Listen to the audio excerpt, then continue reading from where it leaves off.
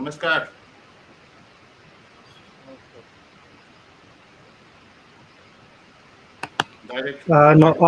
Audience को नमस्कार।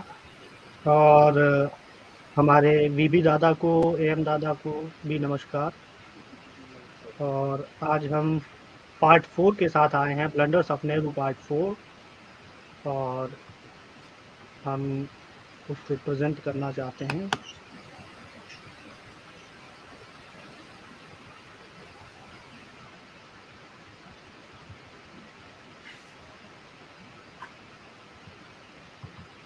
और हमने कल किया था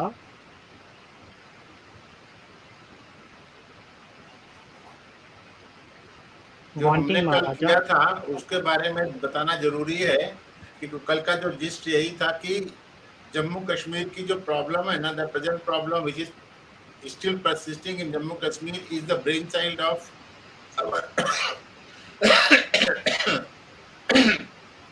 beloved first Prime Minister, Lord Mountbatten, and of course the person whose picture you see every day in our currency note.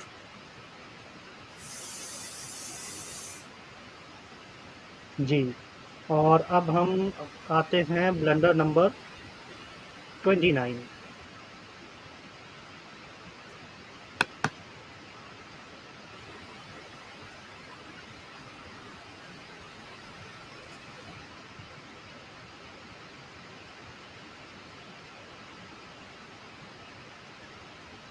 जी दादा, क्या करूँ, आज मैं स्टार्ट कर दूं? जैसा बोलेंगे आप जैसे हुक्म करें। ठीक है, आज मैं स्टार्ट कर देता हूँ। Blunder number 29, Kashmiri pandits versus Kashmiri pandits. ये अलग सिचुएशन है जहाँ कश्मीरी पंडित ही कश्मीरी पंडित के खिलाफ है। अब वो कैसे, ये देखा जाएगा। याद है कल हम लोग यही चीज बोल रहे। जी दादा, तो अब ये ऐसा कैसे हो रहा है ये देखते हैं। The tormentors of Kashmiri Pandits, KPs, have been Kashmiri Pandits themselves. Kashmiri Pandit converts like Sheikh Abdullah or Kashmiri Pandits like Nehru, who created the Kashmir problem in the first place, and then, rather than solving it, made it more complicated and almost insolvable. Wrote B. Krishna in his book Sardar Patel. Nehru's bias in favor of Abdullah was evident from what he said in August 1945 at an annual session of the National Conference at Sopore in the Valley. If non-Muslims want to live in Kashmir, they should join the National Conference or bid goodbye to the country. If Pandits do not join it, no safeguards and weightages will protect them. Nehru threatening his own people. जी दादा, ये line जो बहुत important है। देखिए तो आज बोल रहे हो, पहले ही बोला था।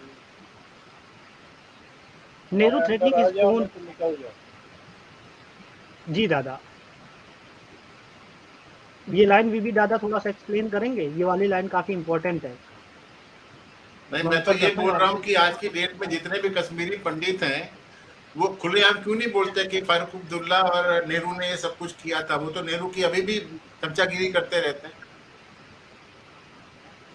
जब सरदार पटेल ने बोल ही दिया था कि ये गड़बड़ हो रहा है, मतलब क्या बोल रहा है वो, if non Muslim want to live in Kashmir they should join National Conference or bid goodbye to the country. Goodbye to the country in the sense they should go to Pakistan. I don't know what he wants to say. Anyway, if Pandit do not join the national conference, no safeguard and weightage will protect them. अभी problem यही हो रहा है। कल हम लोगों ने back stage में सज्जाद लोन का वीडियो जो देखा था, जिसमें वो करण थापर को दबादब थप्पड़ मार रहा है कि जो भी कश्मीर की प्रॉब्लम है उसका पूरा जो जिम्मेदारी है वो दुलत के ऊपर है और फारूक अब्दुल्ला के ऊपर है, क्योंकि इन लोगों ने 1987 का जो इलेक्शन था उसको रिग किया था। तो 47 में National Conference problem, Sheikh Abdullah problem, 87 में फारूक अब्दुल्ला प्रॉब्लम, यही चल रहा है क्या? और सबसे बड़ी बात तो ये है कि ठीक है तुम कन्वर्ट हो गए 1890 में, तुम्हारा परिवार जो कन्वर्ट हो गया, उसके बाद में भी तुम कन्वर्ट होने के बाद में जो तुम्हारे भाई बिरादर हैं, जो कॉल हैं, उन्हीं लोगों को दबाए जा रहे हो। सही बोल रहे हो। जी दादा, और एक और चीज, ये प्रॉब्लम आज भी सॉल्व नहीं है। आज भी कश्मीरी पंडित वोकल नहीं है, ठीक है। आज भी वो उन मतलब जो है बाकी लोगों से थोड़ा सा अलग ही रहते हैं, उनको सपोर्ट करते हुए ज्यादा दिखते हैं ये। अरे उनके अंदर भी डिस्क्रिमिनेशन बहुत ज्यादा है। आपस में शादी करेंगे, दूसरे लोगों से शादी नहीं करते। वो भी अपने आप को पारसी समझते हैं। They think that they are directly क्या बोलते हैं, descendant of god. Elite class. हाँ, एलिट क्लास समझते हैं अपने आप को। थोड़ा सा सिक्योरिटी कॉम्प्लेक्स की तरफ जा रहा है, हम्म। ठीक है। Nehru threatening his own people and not for any wrong committed by them, but to undemocratically force them to back a person, Sheikh Abdullah, who turned out to be a bigot and an anti-national. Half a million Kashmiri Pandits would, some 45 years later, pay for Nehru's sins and be ethnically cleansed out of Kashmir, their home for thousands of years. Sheikh Abdullah himself was a Kashmiri Pandit convert. The second generation converts, Sir Alama Muhammad Iqbal, one of the main promoters of the idea of Pakistan, had a major influence on Jinnah in gradually turning him for a liberal advocating Hindu-Muslim unity into a bigot. As per the article Iqbal's Hindu Relations by Kushwant Singh in The Telegraph of 30th June 2007, Iqbal's 1877 to 1938 father was one Ratan Lal Sapru, a low Kashmiri Pandit. देखो, इकबाल का बाप भी पंडित था, कश्मीरी पंडित था। सारे जी जहां से दादा, अच्छा हिंदुस्तान हमारा। वाह। बाद में तो लास्ट मिल्ली मुस्लिम कितना है, तराना। उसके बाद मुस्लिम कराना है ना। हाँ, मिल्ली मुस्लिम तराना। हम्म। He was the revenue collector of Afghan governor of Kashmir. He was caught embezzling money. The governor offered him a choice. He Who should was either caught? convert to Islam. Ratanlal Sapru was caught, huh? हाँ Hmm. हाँ हाँ। And Ratan then Lal The Sapru, he governor, was offered a choice, या तो तू convert हो जाए नहीं तो मार डालेंगे, ऐसा कुछ है। देखो। यही है, यही है, एकदम वही। यही था दादा. He was offered a choice. He should either convert to Islam or be hanged. Ratan Lal chose to save life. Chose to stay alive.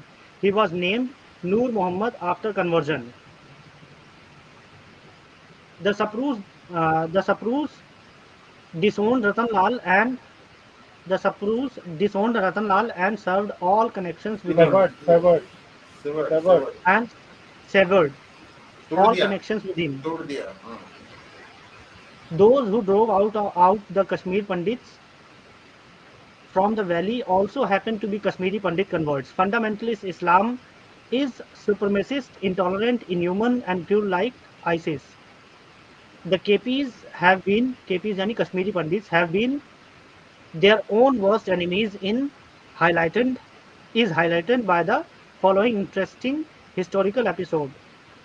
Ringchen was a Buddhist from Ladakh. Hinduism यानी सविज्म के part के बारे में बोल रहे हैं. Was then the dominant religion in Kashmir. Islam was on the fringe and was at that time being propagated by Sayyid Bilal Shah, popular as Bulbul Shah.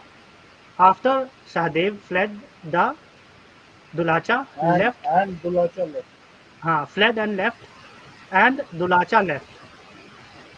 Sahdev's army chief, Ramchandra, occupied the throne of Kashmir, but Ringchin, who had a key post in Sahdev's administration, plotted and eliminated Ramchandra and sat in his place in 1320 CE.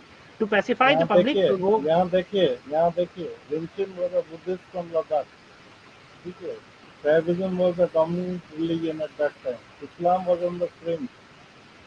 Propagated by so, लेकिन आप सहदेव और दुलाचर जैसे ही चला गया और रामचंद्र राजा बने, तो यही जो है आज में रिंचिंग,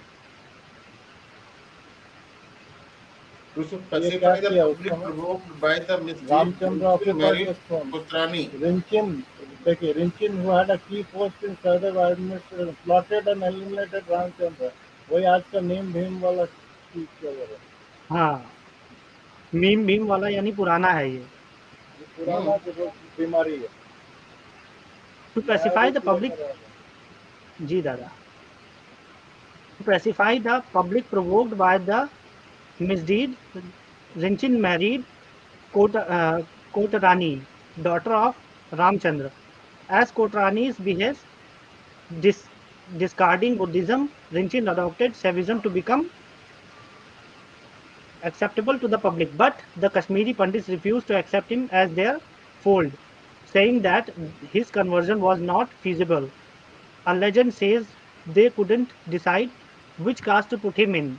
As a reaction to the rebuff, and at the instance of instance of Shah Mir, Rinchin then approached Bulbul Shah, who converted him to Islam and gave him the name Sultan Malik Sadruddin. देखिए कहाँ ये भी हिंदू, ये सनातन धर्म में सबसे बड़ी खुराफात है। हाँ, कि हम ले तो ले, लेकिन कौन सी जात में जाएगा वो?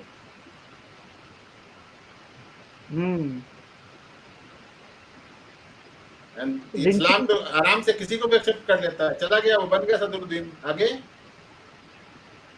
आगे है Rinchin later built a mosque called Badro Masjid, venerated both by Ladakh Buddhists and Kashmiri Muslims. With the king converted to Islam, many others followed, and thus Islam spread in Kashmir Valley, in the Kashmir Valley. So this is the period when Islam spread in Kashmir Valley, means lot of Pandits would have been converted into Islam. ऐसा हुआ होगा उस समय, जब इस्लाम बन ही गया। हाँ, this is how Pandits scored a self-goal. So, in a way, the Kashmiri Pandits have themselves to blame for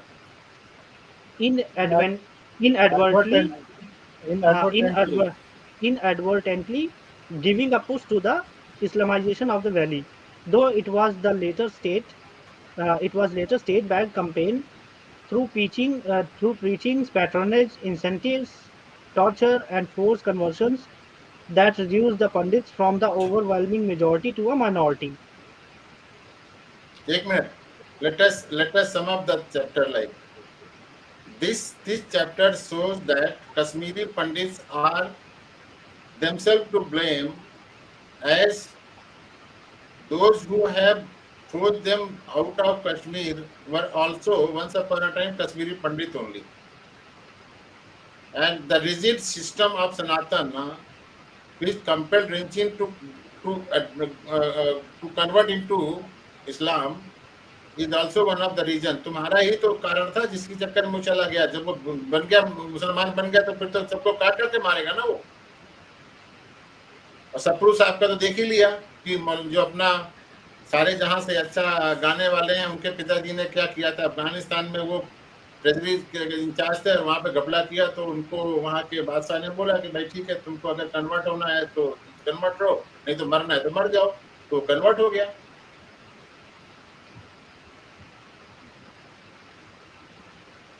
दादा, ये जो है कश्मीरी पंडित्स का अपना रिजिड रवैया है जो आज भी चल रहा है। अब इसमें अगर बाकियों को भी घुसेड़े तो मेरे ख्याल से उतना फीजेबल नहीं रहेगा। मैंने तो परसों ही बोला था ना, इनकी एटीट्यूड ही ऐसा है कि इनको अपने हाल में छोड़ देना चाहिए। खुले यहाँ भी कभी भी फारूक अब्दुल्ला गाली नहीं देते हैं लोग। जी दादा, जितना मतलब जिसको भी जाति पाति में घुसे रहना है, तो वो फिर वो क्या जो है यूनिफाइड स्टैंड क्या रह पाएंगे। एक यूनिटी तभी होती है। जात पात क्या होता है? कुछ नहीं है, बस काम है। काम बड़ा छोटा होता नहीं, इसलिए अल्टीमेटली कोई बड़ा छोटा हो नहीं सकता।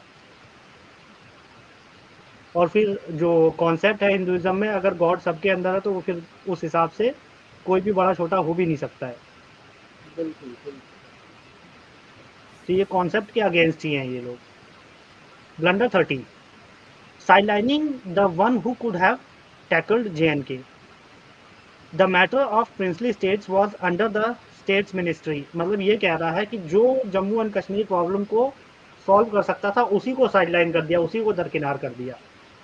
ठीक है, ये हम लोगों ने ये पढ़ लिया पहले, अहंगार को बनाया था ना, वो गोपाला स्वामी अहंगार को भेजा था ना वहां पर, जहाँ पर वो जी जी जी जब यूनाइटेड नेशन में गया था, वहां पर सामने वाले ने जब भाषण दिया था, इसने सिर्फ बोला था आई अपोज इट, इतना ही बोला था ना, हाँ, इतना बोल उसी के के बारे हाँ में वो बोल हाँ रहा है ये।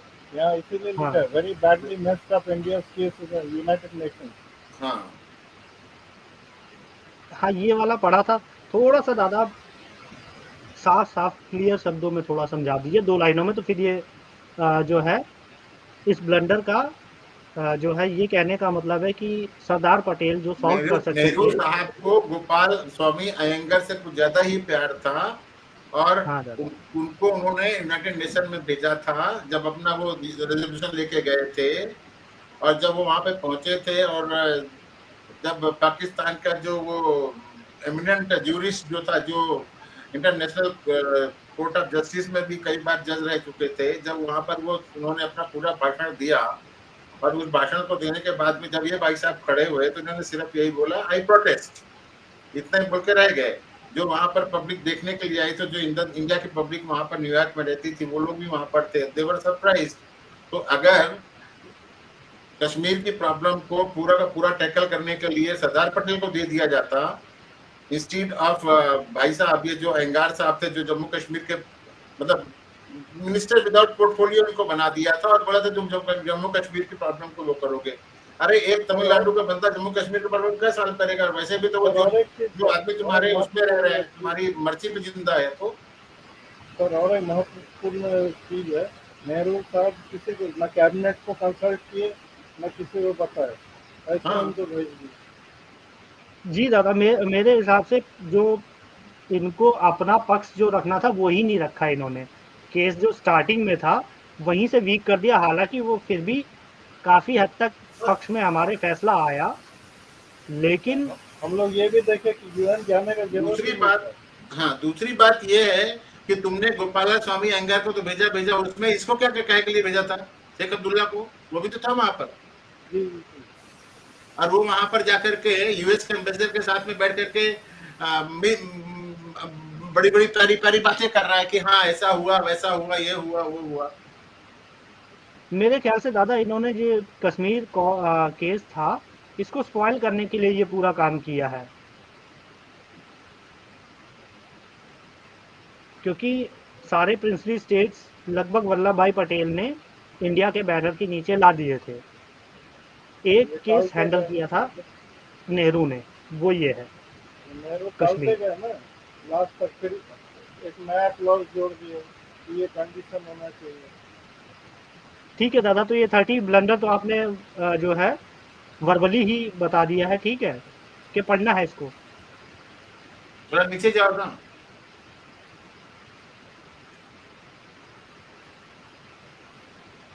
और नीचे, हाँ ये पढ़ना है। ये ना, from the government in December 1947 and again in January 1948, wrote Balraj Krishna, in taking away Kashmir from the state's ministry and placing it under the charge of Iyengar, who was minister without portfolio, Nehru was acting under Abdullah's influence. To all intents and purposes, he was discarding discarding Patel for Abdullah. Discarding He was discarding Patel for Abdullah, ignoring how Patel had stood by his side both as a loyal friend and as a pillar of strength through the दो temp- through the through the टेम्पेस्टियस tempestuous टेम्पेस्टियस tempestuous nerve टेम्पेस्टियस। wracking tempestuous हाँ, मतलब वो भयंकर मत है, Tempest मतलब जैसे cyclone होता है ना समुंदर में, इस तरह का। तो पटेल साहब अच्छा, जो लहरें, स्ट्रॉन्ग थे, नर्व रैकिंग। ठीक है, nerve wracking fateful months preceding the following the transfer of power. Nehru receiving road and following मतलब ट्रांसफर ऑफ पावर के पहले और ट्रांसफर ऑफ पावर के बाद ऐसा समय चल रहा था जैसे समुंदर में जो साइक्लोन आता है ना, और उससे उथल जो पुथल मची हुई थी, मतलब कहने उथल का मतलब पुथल पूरा। काफी है। और नर्व रैकिंग मतलब जो अपना स्नायु के ऊपर असर पड़े, आदमी का संतुलन ही आदमी वही है, इस तरह का सिचुएशन बन गया। यानी एक तरीके से इंडिया की फेट डिसाइड करने का टाइम था वो, है ना। जी जी। भारत किस तरफ जाएगा, ये सब डिसाइडिंग फैक्टर जिस टाइम डिसाइड होने थे, ये वो टाइम था। इसीलिए बोल रहे फेटफुल मंथ। जी, Nehru wrote a long note to Gandhi on 6 January 1948 seeking his arbitration for his differences with Patel.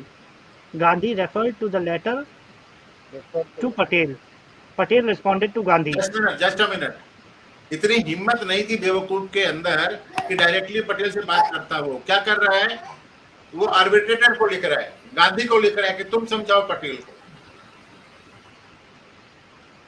Direct dialogue करने के बजाय अरे उसके अंदर स्पाइन नहीं था ना, he was man of no spine. वो सिर्फ गांधी के सहारे सोच रहे थे गांधी सब कुछ कर देंगे, जनता चाहे मेरे को, गांधी मेरे रक्षा कर, वो क्या बोलते हैं उसको, हनुमान जी बन जाएंगे, मेरे को बचा लेंगे, ये कर रहा है ना वो। ढाल ढाल दादा, ये बहुत ज्यादा डिपेंडेंट थे। एक आदमी कितनी भी बड़ी पोजीशन पे बैठ जाए, अगर वो डिपेंडेंट होता है तो वो परफॉर्म कर ही नहीं सकता। सेम चीज हो रही है आपका ये बाइडेन के साथ, सेम बिल्कुल चीज हो रही है उधर। क्या नाम है, अरे ये कौन सा वॉर चल रही है अभी, यूक्रेन वाली। इसकी रशिया की और उसकी यूक्रेन की। हाँ तुम लोग यूक्रेन आगे में बढ़ो, जेलेंस्की। मैं थोड़ा सा, ये भाई साहब मेरे साथ आ गए हैं तो मैं इनके इनके साथ में बैठूं, ठीक है। ठीक है दादा। तो ये सेम है, अगर कोई लीडर जो है उसमें स्पाइन नहीं होती, या वो अब सेल्फ डिपेंडेंट नहीं होता, खुद डिसीजन इंडिपेंडेंटली ले नहीं सकता, सॉल्व नहीं कर सकता, अथॉरिटी नहीं है, मतलब पोजीशन होने के बाद भी इतनी जो है, लीडर कहने के लायक हाँ, ही नहीं रहा लीडरशिप ना। स्किल्स नहीं है। लीडरशिप नेता बनने वाली, नेतृत्व वाली लीडरशिप स्किल्स ही नहीं है। स्किल्स नहीं है उसके अंदर। ये प्रॉब्लम पड़ रही है। इसी वजह से आप ज़्यादातर जो कंट्रीज हैं उसमें अगर आप प्रॉब्लम्स देखोगे तो वो ये होगा कि लीडरशिप जो है वो स्किल के अभाव के कैपेबल नहीं चलते। होगी, उपयुक्त जो है, यानी एक सही लीडर नहीं होगा। इस वजह से प्रॉब्लम होती है। सेम यहाँ हुआ। ठीक है, अब ये जो आर्बिट्रेशन के लिए जो गांधी जी को लिखा, गांधी जी को जो है पटेल जवाब का देते हुए जो रिस्पॉन्स। पटेल पटेल जी ने लिखा, वो यहाँ पे अब पढ़ा जा रहा है। I have tried my best to appreciate what he, yani Nehru, says on the subject of Hindu-Muslim relations, but howsoever which I have tried, much. howsoever much I have tried to understand it on the twin basis of democracy and cabinet responsibility, I found myself unable to agree with his conception of the Prime Minister's duties and functions. The conception, if that accepted, would concept. raise, जी दादा, that concept मतलब वो हाँ, concept. that conception, if accepted, would raise the prime minister to the position of virtual dictator, dictator. virtual dictator, for the claims full freedom to act for he when, claim. For he claim. for he claims full freedom to act when and how he chooses. हाँ यही सब This तो is Nehru my, का ये सब बड़ा मतलब जो एक डिक्टेटोरियल अप्रोच थी, यानी एक एटीट्यूड था। तानाशाह एक तो वाला एक हाँ एक तो कोई व्यवहार मतलब था। जो नहीं क्वालिटी नहीं है, ऊपर से जो मैं बोलूँगा वही सही, इस तरह का जो है भाव एक था। उनका व्यवहार और क्रियान्वयन जो है वो तानाशाह के जैसा था। ये पटेल साहब बोल रहे हैं। हम्म दिस इन माय ओपिनियन। बोलिए sir. full freedom to act when he and how he chooses. This is my opinion. This, in my opinion, is wholly opposed to democratic and cabinet system of government. The prime minister's position, according to my conception, is certainly preeminent. He is first among equals. However, he has no overriding powers over his colleagues. If he had any, a cabinet and cabinet responsibility would be superfluous. हाँ, तो ये एकदम सही बोल रहे हैं। Prime minister बन गए मतलब किसी को मानेंगे नहीं, बिना कैबिनेट के साथ कंसल्ट किए हुए कोई भी काम करना, ये तो पार्लियामेंट्री डेमोक्रेसी में है ही नहीं इस तरह का system. Wrote Durga Das 2 days earlier, before Gandhi's assassination on 30th January 1948. Durga Das ने जो लिखा वो बता रहे हैं, और गांधी जी के असैसिनेशन से 2 दिन पहले लिखा. I had met Azad and learned from him that tensions between Nehru and Patel has mounted to a point where the Prime Minister had angrily thumped हम the table at a cabinet meeting and said, Patel, you do what you like. I will not have it. Nehru's outburst was basically sparked by the feeling fed by his courtiers and hangers-on. The एक Patel second, was देखिए देखिए, that, but Nehru Nehru yeah, के इर्द गिर्द बहुत तरह के लोग घूमते थे ना, तो hmm, इसीलिए कोटियर्स और हैंगर्स ऑन बोल रहे हैं। इसको क्या बोलते हैं शुद्ध हिंदी में? सावक में। जी किसी दादा, खुश करने वाले कुछ लोग हाँ में हाँ मिलाने वाले नहीं घूमते हैं। तो आदमी के हाथ में पावर रहे तो इर्द गिर्द लोग घूमते हैं, तो इसीलिए courtiers and hangers on use किया। that Patel was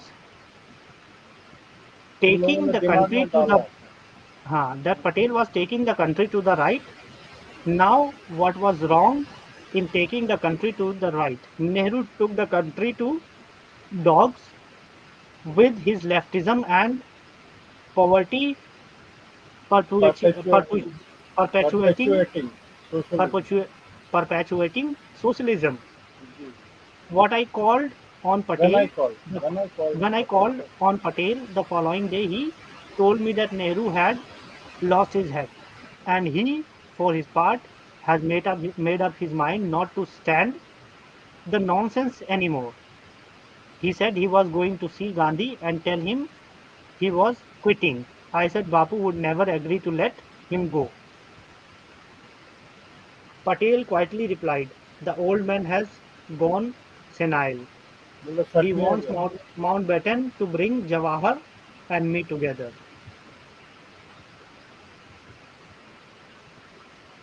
क्या दादा, ये बिना रीढ़ अरे की हड्डी वाले तब तक तो जो लीडर थे होना तो हमारे. हो गया था ना, डैमेज वाज ऑलरेडी डन। एक तो आप कल पढ़े ना, तो no necessity of going to the United Nation because this was a domestic issue. दादा, इतने ब्लंडर जानबूझ के इन्होंने किए हैं कि इंडिया को डिस्टेबलाइज हमेशा रखा जा सके या इसको इस्लामिसाइज किया जा सके. ये इस तरीके के काम कर रहे थे जो हमारे जिनको हीरो बोला जाता है. तो इसीलिए जब पंडित लोग आज रोते हैं हमें भगाएंगे हमें भगाएंगे, भाई तुम्हारे ही बिरादरी के लोग तुम्हारे एजेंट में काम किए, मुस्लिम कन्वर्ट का छोड़िए, अभी हिंदू का देखिए जो बचे हुए हैं, जो अच्छे पोस्ट में है। आप देखें ना, कौल साहब और कई लोगों के बारे में हम लोग पढ़े, सारे कश्मीरी पंडित थे। उन लोगों ने क्यों सोचा अपना बिरादरी के लिए? वही लोग को बोला फिर, और उस समय कोई कुछ नहीं बोला। दादा, ये एक चीज मैं मानूंगा कि हिंदुइज्म में कन्वर्जन नहीं है, कन्वर्ट होने का कोई तरीका नहीं है, लेकिन जब समय बदलता है, जरूरतें बदलती है, तो इनको कोई प्रावधान बनाना था कि किस तरीके से मैंने शुद्धिकरण ये करके वापस नहीं, आर्य समाजी करते हैं हाँ, कितना अभी करते हैं दादा. ये तो अभी तो 100 साल भी नहीं हुए इस प्रोसेस को आए हुए. ये 1923 के आसपास ही, 23 या 25 में, या बहुत ज्यादा होगा तो 120 साल एक्चुअली 1900 में आया मतलब होगा. हिंदू स्क्रिप्चर में कोई प्रावधान नहीं है। हाँ, दयानंद प्रावधान नहीं है. सरस्वती जी इस चीज को देखे कि ये बहुत गंभीर समस्या है, यदि हम कोई उपाय नहीं निकालेंगे तो इस तरह लोग जो है आ ही नहीं पाएंगे फिर वापिस। ये आना हाँ, चाहते हैं, कम से कम तो उतना तो किए। ये प्रावधान बनाए गए, समय के हिसाब जी से बनाए जा सकते हैं, कोई ऐसी बड़ी बात नहीं है. सनातन कोई ऐसा नहीं है कि मतलब एकदम सीधा है, वो रिजिड, मुड़ेगा नहीं, रिजिड रिलीजन रिजिड नहीं है। हाँ, फर्म है, रिजिडिटी नहीं है इसमें, बिल्कुल बनाए बस रख सकते हैं। इनको ये काफी पहले कर देना चाहिए था मेरे हिसाब से, बिल्कुल बिल्कुल आपके साथ, सबके साथ सही होना चाहिए, मतलब हर आदमी एग्री करेगा। अभी जो क्योंकि स्थिति ऐसे है तो सब बोलिए चले कि जाएंगे। अवॉइड। देखिए दादा, यही सेम चीज है जुडाइज्म में भी, लेकिन हो सकता है बाद में ये लोग नहीं, थोड़ा कुछ सा। एक्सेप्शन भी है ना, जैसे हमारे यहाँ से इंडिया से कुछ लोग कन्वर्ट होकर भी गए जुडाइज्म में। हाँ, लेकिन जुडाइज्म इतना ओपनली एक्सेप्ट नहीं करता, बहुत कम लोगों को एक्सेप्ट करता है वो। हाँ हाँ, हो ये सकता बात है सही है, सिलेक्टिव है। इंडिया के साथ हो सकता है उनकी फीलिंग्स ज़्यादा जुड़ी हुई हैं, इस वजह से हो, क्योंकि उनके बनने नहीं, में इंडिया का।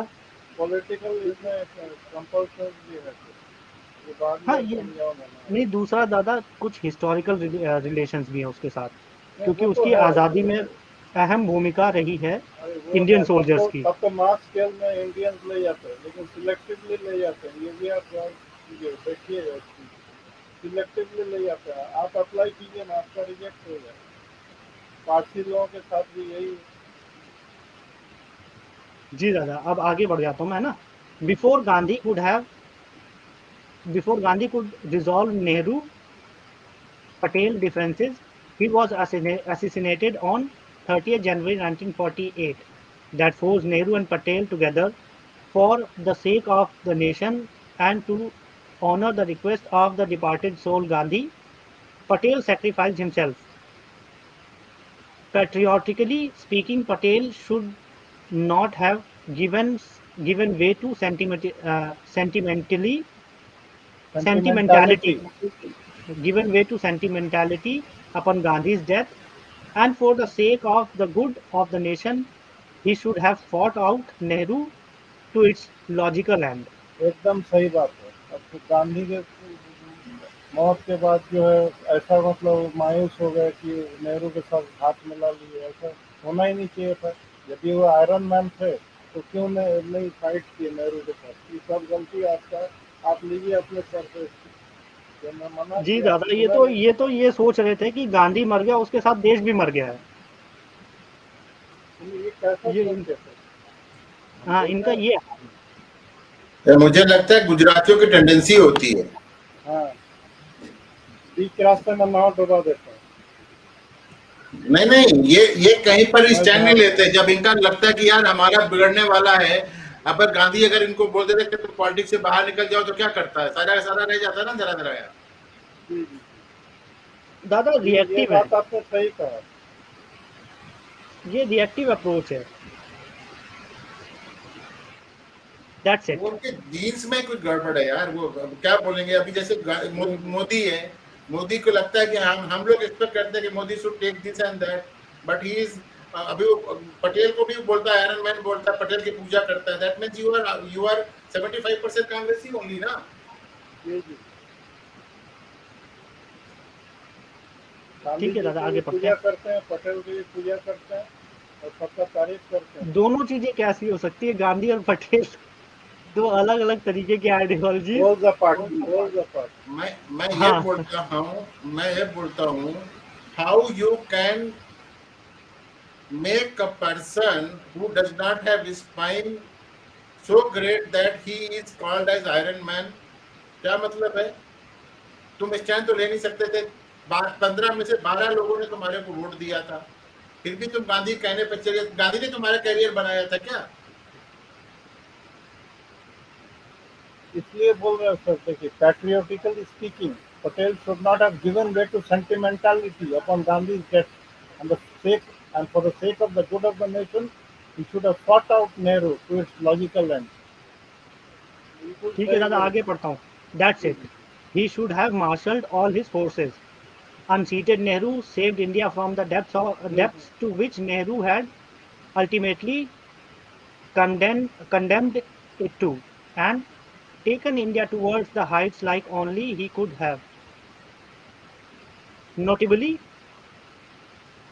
even the Deputy Prime Minister of J&K between 1947 to 53, Bakshi Ghulam Muhammad of the National Conference, had become so disturbed and alarmed at the way the JNK issue was being messed up, that he met Sardar Patel and requested, "Why do you, yani Sardar Patel, not take over the problem and finish it like Hyderabad?"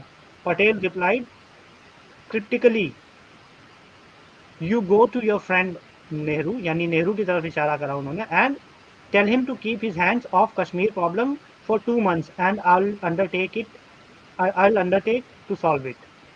इसका भी क्या जरूरत right, है?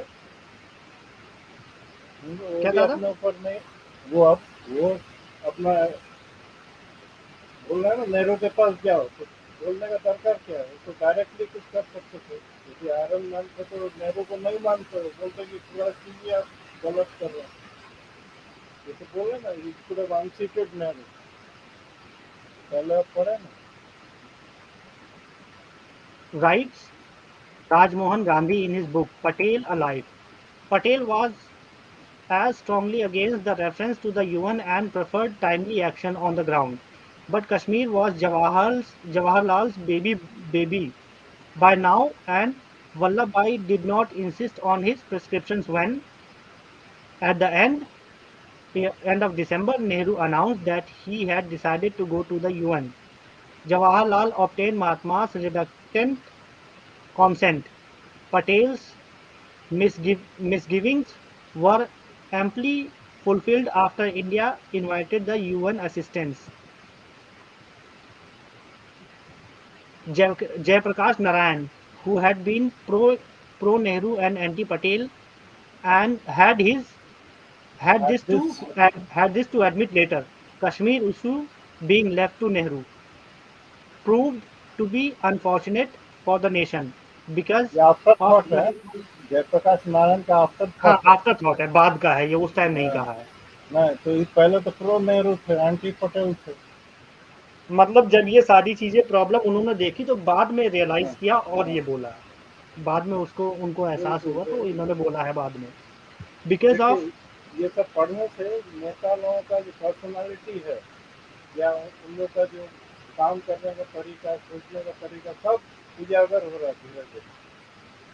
बार बार हम लोग पढ़ते हैं फलाना आदमी बहुत बड़ा नेता था, ये था वो था, लेकिन देश के लिए देखिए सही वक्त पे कोई कुछ नहीं किया। दादा, किताब में लैंग्वेज तो बड़ी सॉफ्ट है, लोगों को लग रहा होगा हार्ड है, लेकिन ये सॉफ्ट लैंग्वेज है। असलियत में मेरे हिसाब से ये है कि ये गद्दारी कर रहे थे सारे के बिल्कुल सारे मिलके, बिल्कुल। और हार्डकोर गद्दारी कर रहे थे। करोड़ों लाखों लोग जो मरे हैं उनके जिम्मेदार है ये। सारे सारे एकदम, यू कैनॉट एक्सक्लूड एनीबॉडी। देखिए उस समय जितने लोग थे, ऑल वर रिस्पॉन्सिबल इक्वली, किसी ने रोकने का अगर कोशिश नहीं इन्होंने किया। दो रास्ते बना दिए होते कि यहाँ से ये जाएंगे वहां से वो आएंगे और पूरे रास्ते में प्रोटेक्शन दे दी होती ना, तो शायद ये समस्या नहीं होती और पॉपुलेशन एक बार ही एक्सचेंज कर लेनी थी इन्हें, प्रॉब्लम खत्म हो जाती। Jayaprakash Narayan, who had been pro Nehru and anti Patel had this to admit later, अच्छा ये बाद में जो है, because of Pandit's Pandit ji's mishandling, the issue did no longer remain an internal affair as it should be, but is smoldering as an international issue in the United Nations and its Security Council, making it possible for Pakistan to rake it up every now and then. ये आज भी हो Many रहा है। देखिए, ये एकदम सही बात कहा गया है। एक बार आप यूएन चले गए ना, पाकिस्तान जो है उसी का फायदा उठाकर अभी भी उठा रहा है इस मुद्दे को। ज़्यादा देखिए, यूएन में कोई भी मैटर कभी सॉल्व नहीं हुआ। नहीं एक तो जितने सॉल्व नहीं हुआ, क्योंकि जितने वहाँ हैं बहुत उनको बहुत पावर पॉलिटिक्स चलता है। दूसरा जाना ही नहीं चाहिए था ना, जो हम लोग पहले पढ़े कि मैटर वहाँ जाने लायक नहीं था, तो यही सॉल्व हो जाता। बल्कि ये होना चाहिए, अगर जबरदस्ती करेगा जानबूझ कर। दो नेशंस जो है एक कॉमन नेशन को पकड़ ले जिन पे उनको भरोसा, और ये बोलते भैया जो ये कहेगा नहीं, वो उसका फाइनल भी होगा। जरूरत नहीं था, उसका भी जरूरत नहीं था। नहीं नहीं, मैं ये कह रहा हूँ जैसे यूएन में जाते हैं लोग, वो हमेशा मैटर को लटका के रखता है, कॉम्प्लिकेट करता है। इससे बढ़िया क्या है, जैसे दो नेशंस का वो चल रहा है, पंगा चल रहा है या लड़ाई चल रही है, युद्ध चल रहा है, वो दोनों मिलके एक कंट्री को चूज कर ले कि हाँ भाई ये हमारा जो है फैसला करेगा, और जो ये जजमेंट देगा वो मान्य होगी, दोनों बाउंड होंगे, बस काम खत्म, जो वो जजमेंट दे दे काम खत्म करो वहां से। लटका के रखने से बढ़िया है 50 साल, 100 साल, 200 अरे वो साल नेहरू जो है माउंटबेटन कहने पे चल रहा था ना, माउंटबेटन ने चिट्ठी लिखी थी राजा हरि सिंह को कि that will be dependent on the public view. वो लिखने की जरूरत क्या थी, वहां पे जाओ ना। जी दादा, नहीं नहीं नहीं, मैं ये फ्यूचर के लिए कह रहा हूँ, मैं ये अभी के लिए नहीं कह रहा, ये कोई पास्ट इवेंट के लिए नहीं कह रहा हूँ, ये फ्यूचर इवेंट्स के लिए कह रहा हूँ। जो यूएन में जाते हैं, बेटर है कि एक न्यूट्रल कंट्री पकड़ के वो उसका जो भी वो जजमेंट देगा उसको बाउंडेशन मान ले कि ये हमारे ऊपर बाइंडिंग है, जो जजमेंट दे दे दोनों एक्सेप्ट कर ले, काम खत्म, उसके अकॉर्डिंगली दिस यूएन वाज शुरू नॉट कर एन ले। इशू मतलब which was to be taken to UN. अरे मतलब ये थोड़ा था कि दोनों के बीच में कुछ गड़बड़ था, हमारे पास क्लियर कट एक्सेशन था, हरी सिंह का हाँ पूरा पूरा लेटर था। और उसके बाद में उसको जो बाइलेटरल बनाया वो तो माउंटबेटन ने बनाया ना, उसको चिट्ठी लिखे dependent on the public view, क्योंकि शेख अब्दुल्ला को उसको लेके आना था वहां पर। इस चक्कर में किया ना गड़बड़ उसने। दादा, जवाहरलाल ये नेहरू और वाली माउंटबेटन गड़बड़, दोनों ने किया। ये यूएन वाली का गड़बड़ मतलब नहीं था तो उसमें आने का। दादा देखिए, कांग्रेस का बनना किसी और के लिए बनी है ये। आपने वो कश्मीर इशू देख लिया, फिर आप 1965 वाली वॉर देख लो, अपर हैंड से लूजिंग एंड पे आ जाना। 71 वॉर देख लो आप, अपर हैंड क्या, विक्ट्री से आप डिफीट पे आ गए। ये हालात हैं, मतलब विक्ट्री को आप जीत को भी अपनी हार में बदलने की पूरी काबिलियत रखते हो। ये एंटी नेशनल एटीट्यूड है, बस और कुछ नहीं है। Because of Panditji's mishandling, the issue did no longer remain an internal affair as it should be, but is smoldering. अच्छा, ये तो मैंने यहाँ तक पढ़ दिया है ना, every now and then Kashmir Pakistan encashes it, है ना। Many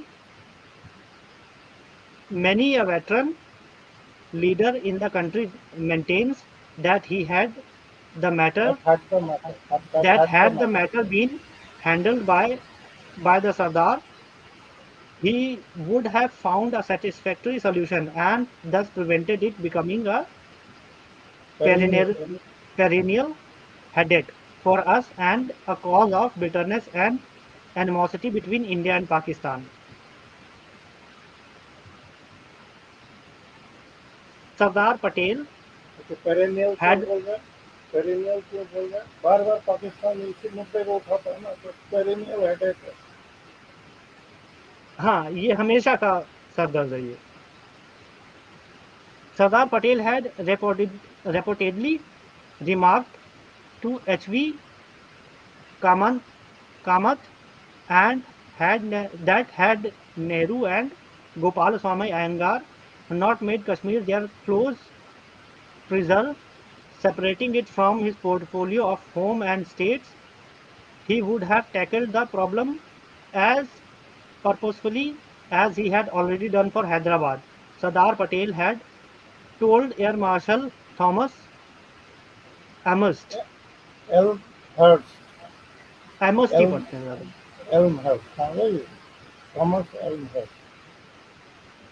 Amherst, if all the decisions rested on me, I think that I would be in favor of extending this little affair in Kashmir to a full-scale war with Pakistan. Let us get it over once and for all, and settle down as a united continent. Communist Party, M.N. Roy, no friend of Patel, was also on the opinion that had Kashmir affair remained with Patel, he would have solved it soon after partition. He wrote in Man I Met on Patel. Could Sardar Patel have had his way on the Kashmir issue, India would not be today spending 50% of her revenue on military budget, and Sardar had no choice but to play the game. But one could be sure that no Lothes, That loathes he should be sure that that he he loathes loathes the stupidity, loathes he the loathes the glamour. stupidity clothes in the glamour of popular heroes. Hint on Nehru.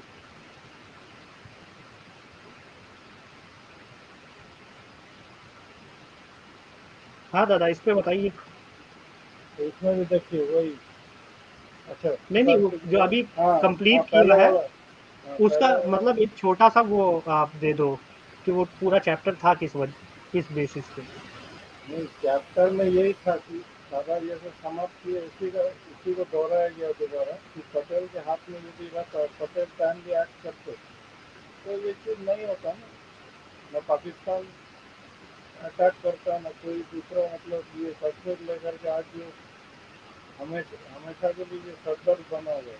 तो UN ले जाया गया ना, इसी के चलते तो गड़बड़ गया।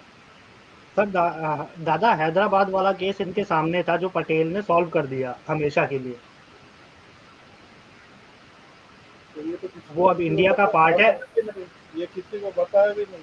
उसके बाद देखिए, ये जो हो गया कश्मीर का। उसके बाद पटेल को चाहिए था ये क्या बोलते हैं, नेहरू को हटा देना है कि आपने कैबिनेट का मतलब कोई एक्सेप्टेंस नहीं लिया, अप्रूवल नहीं लिया। अब किसी को बताया कि ना, आयंगर को भेज देते हैं गोपाल स्वामी को, जो कि काबिल ही नहीं है इतना। यूएन भेजने का जरूरत क्या था, करके उसको हटा देना चाहिए नेहरू को, ताकि आगे कुछ तो बचता फिर।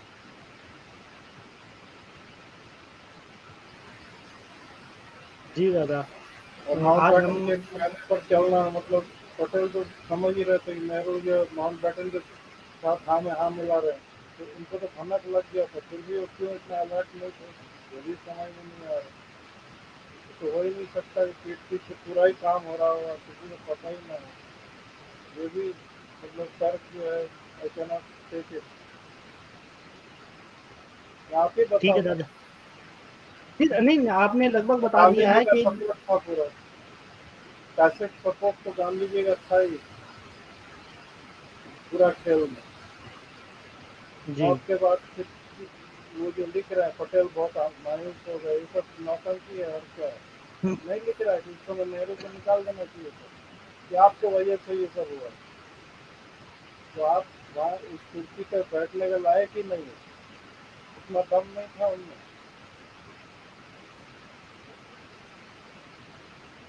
आगे का जो प्रॉब्लम है, कम से कम वो मिनिमाइज होता है। जी सर। जी दादा। अब ये देखिए कर देते हैं। जूनागढ़ में भी कितना गड़बड़ है देखिए। अब जूनागढ़ वाला कर लेते हैं ना। हाँ, Junagadh, Sardar Patel versus Nehru and Mountbatten. Junagadh was a princely state whose area was about 3,337 square miles, and it was ruled by Nawab Sir Maha Mahabat Khan Rasool Khaji Rasool Khan ji or Nawab Mahtab Khan III. At the time of independence in 1947, there are many stories of the eccentricity. eccentricity eccentricity of the Nawab and his love for dogs, including his expenditure of 21,000 pounds on the wedding of two of his dogs. In a chapter, a Deep next Junagadh, page पे जाओ, next page पे जाओ। Junagadh is a north south west, आप काठियावाड़ ये पढ़ो। नीचे चले इस गए। पे हाँ हाँ। Junagadh Junagadh is to the south west of Kathiawar, यहाँ पढ़ो। ठीक है। Junagadh is to the southwest of Kathiawar. Its neighbors were all Indian states, and to its south and southwest is the Arabian Sea. Junagadh had no geographical continuity with Pakistan. Contiguity Its मतलब, contiguity, contiguity मतलब बगल से, मतलब पाकिस्तान के बगल में सटा हुआ नहीं था, जो बाउंड्री पाकिस्तान के साथ मिल रहा है। ठीक है, मतलब इसका बॉर्डर नहीं था पाकिस्तान से shared. Its distance by the sea from Port Verawal to Karachi is about 300 miles. Out of its population of about 6.7 lakhs, 82% were Hindu.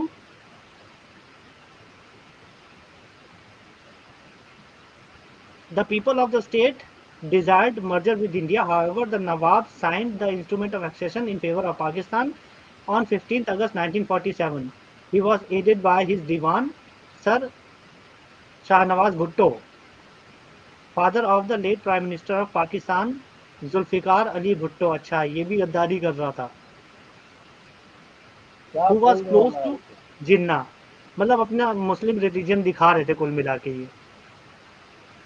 The accession was kept a closely guarded secret by Pakistan.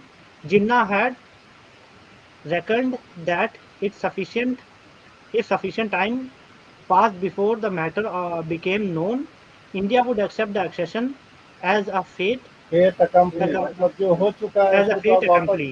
हाँ, उसको reverse नहीं कर सकते हैं। तो accept करना ही पड़ेगा जो फेट अकम्पली, जो हो गया, मतलब पहले ही काम हो चुका है ना, तो कोई रास्ता ही नहीं बचता है। There were only some rumors, and India made an inquiry with the Pakistan High Commissioner to India in the matter. There was no response. A reminder on 6 September 1947 also elicited, एलिसिटेड। elicited no response.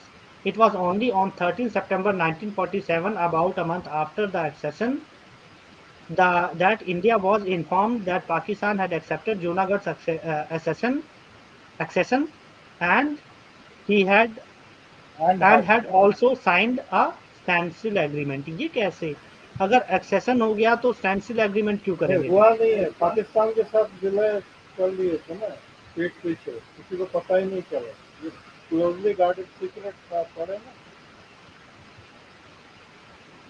देखिए The यहाँ क्या British लिखा है। knew the British knew Mountbatten को of the मालूम था, accession. Mountbatten हाँ को तब मालूम तो, था। हाँ तो नेहरू को नहीं बताया क्या?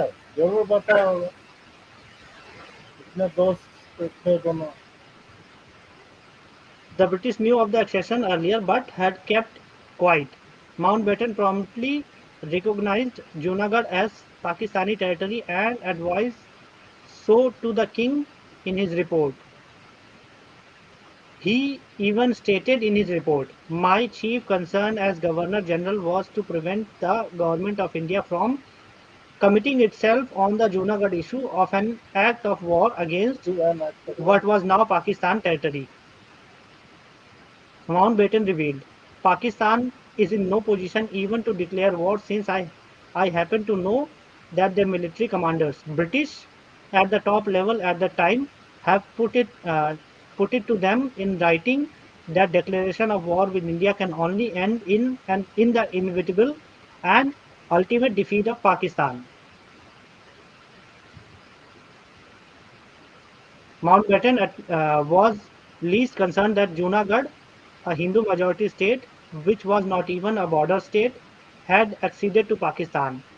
In sharp contrast, he was much concerned that Jammu and Kashmir had acceded to India and played all his dirty games to ensure that the accession became disputed by fooling the gullible available. Nehru. Gullible Nehru. After Junagadh had acceded to Pakistan, Mountbatten wanted to make sure India did not use its armed forces to occupy Junagadh. He played his tricks on Nehru and Gandhi to ensure the same. Expectedly, Nehru, the PM, remained silent. Jinnah had correctly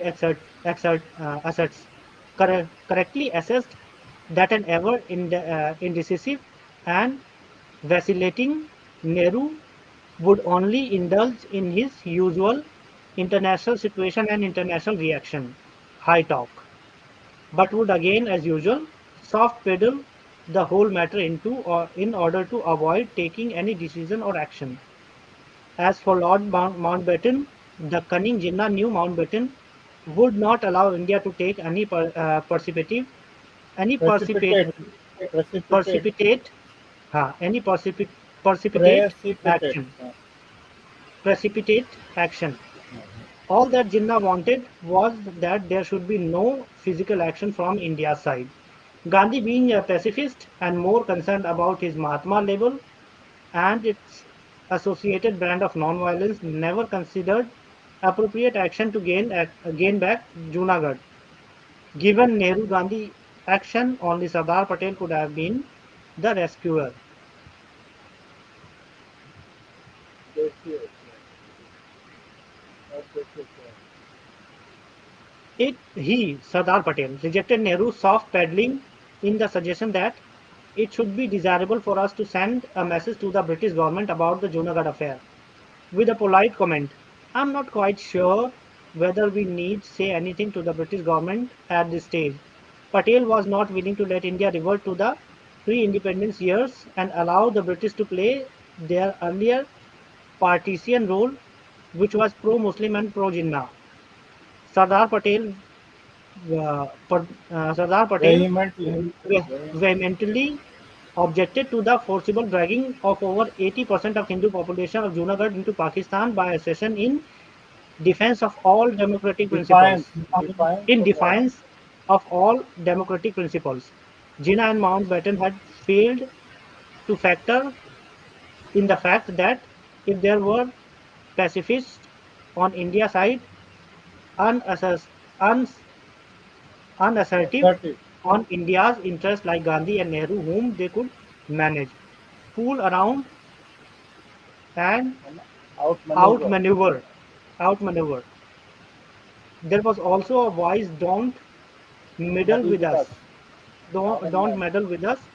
Iron Man of India's side. इस यहाँ Iron से Man on लग रहा है कि India's side. Patel जो है ना अपना स्टैंड चेंज की, यहाँ से लग रहा है कि पटेल कुछ थोड़ा सा अपना स्टैंड चेंज किए, देखे कि सब हाथ से निकल रहा है धीरे धीरे। Ji Dada. All of Mountbatten's divisionary tactics डाइवर्शनरी, failed. डाइवर्शनरी। Diversionary tactics failed to work on Sardar Patel. Mountbatten tried his options one after the other, and as each failed, he counseled Patel on the premise after another.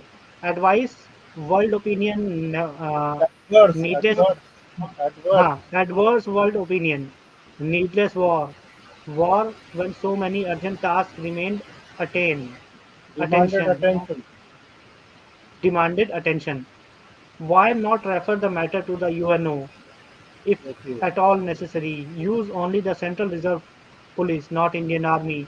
Sardar Patel rejected all of Mountbatten's opinions and suggestions and went on for a option, military option, option. all all of Mountbatten's options and suggestions and went in for military operations to settle the issue once for all. That required guts, something that Nehru and Gandhi lacked. Patel did not let the matter linger. Like the cases of Kashmir or Hyderabad, Patel tactfully kept Mountbatten in the dark and moved troops before Mountbatten came to know. No. So he Kathiawar had Defense become Force, wiser. a He newly had become wiser. huh? He had अभी समझ में आ रहा है that Patel had become wiser. हाँ, मतलब इतने झटकों के बाद थोड़ा सा दिमाग आया कि नहीं अब खुला, नहीं बताना ये वाला काम कर डालो पहले अंदर अंदर कर डालो नहीं तो लोग सुने नहीं गए, क्योंकि हाँ देखिए का, फिर भी टाल हुआ था माउंट बैटन, तो संजय काट गांधी आगे जो है जी दादा वो अलग अलग अपने वो दे रहा था बहाने दे रहा था हथकंडे सब अपने। अननेसेसरी वॉर ये वो फलाना ढिमाका यूएनओ को दे दो काठियावाड़ डिफेंस अच्छा but he kept Mountbatten in dark and moved troops before Mountbatten came to know.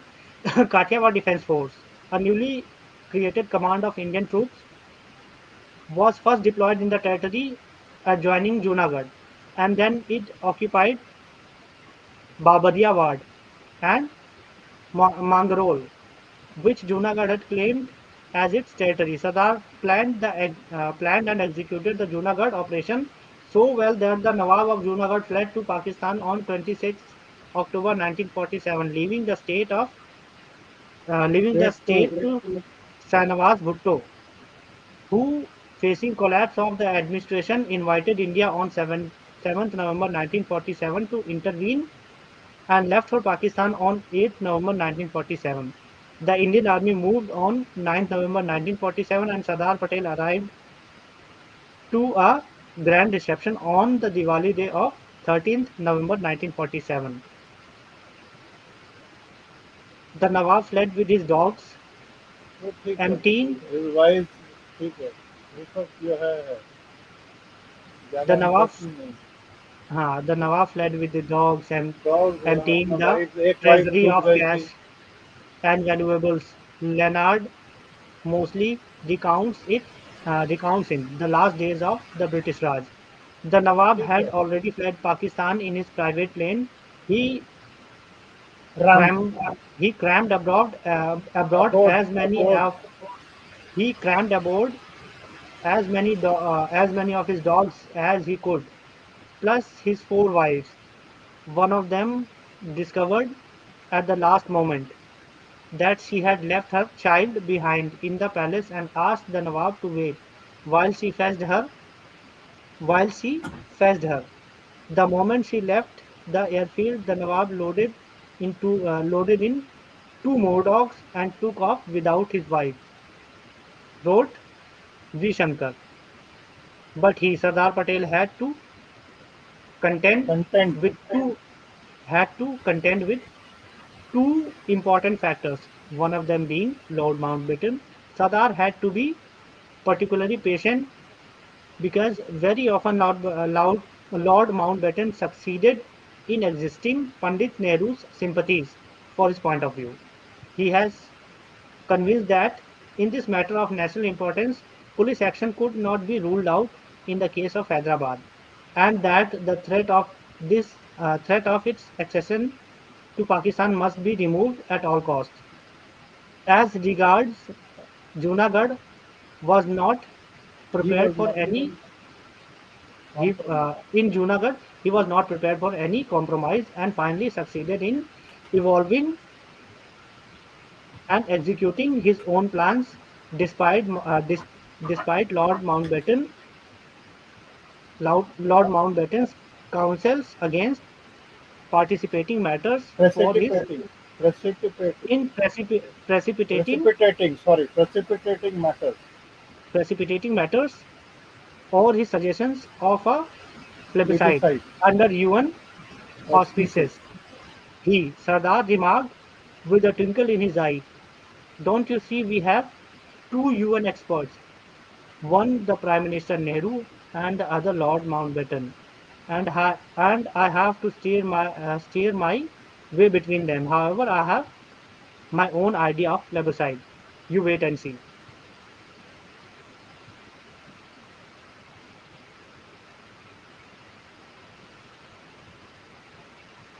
Right, C. Dasgupta in War and Diplomacy in Kashmir, 1947 to 1948.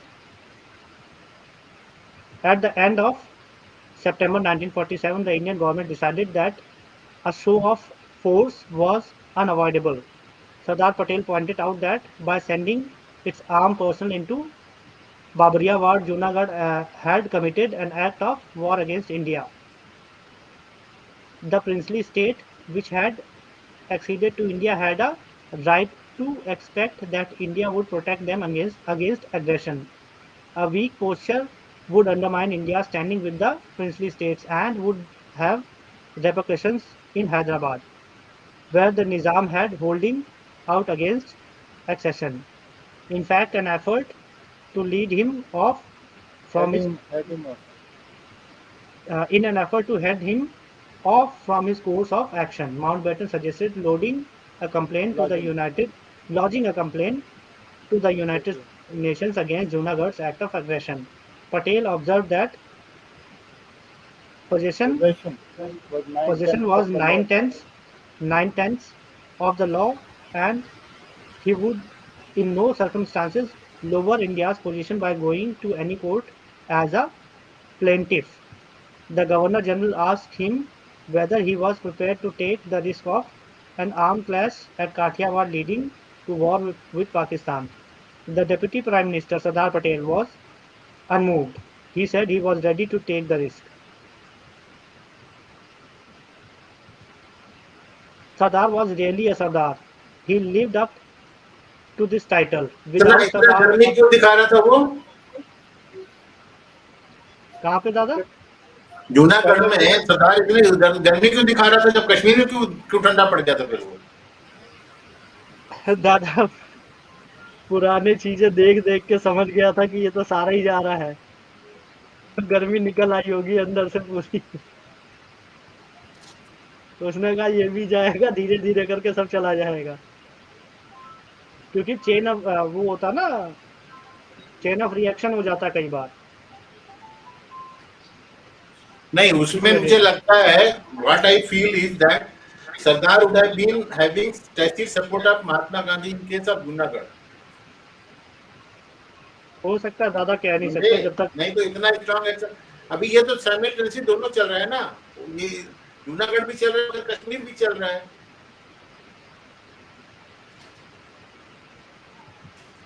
हाँ वो तो है। तो ये गांधी जी की खुराफात थी। गांधी जी ने नेहरू का जो है, नेहरू को दे दिया कश्मीर प्रॉब्लम के लिए कि तुमको फ्री हैंड दे दो माउंटबेटन के कहने पर, बिकॉज उनको माउंटबेटन को अपना भी तो इंटरेस्ट सॉल्व करना था ना। मतलब पाकिस्तान का कश्मीर की प्रॉब्लम अगर नहीं पैदा करता तो गिलगित बाल्टिस्तान कैसे मिलता था उसको, कश्मीर को।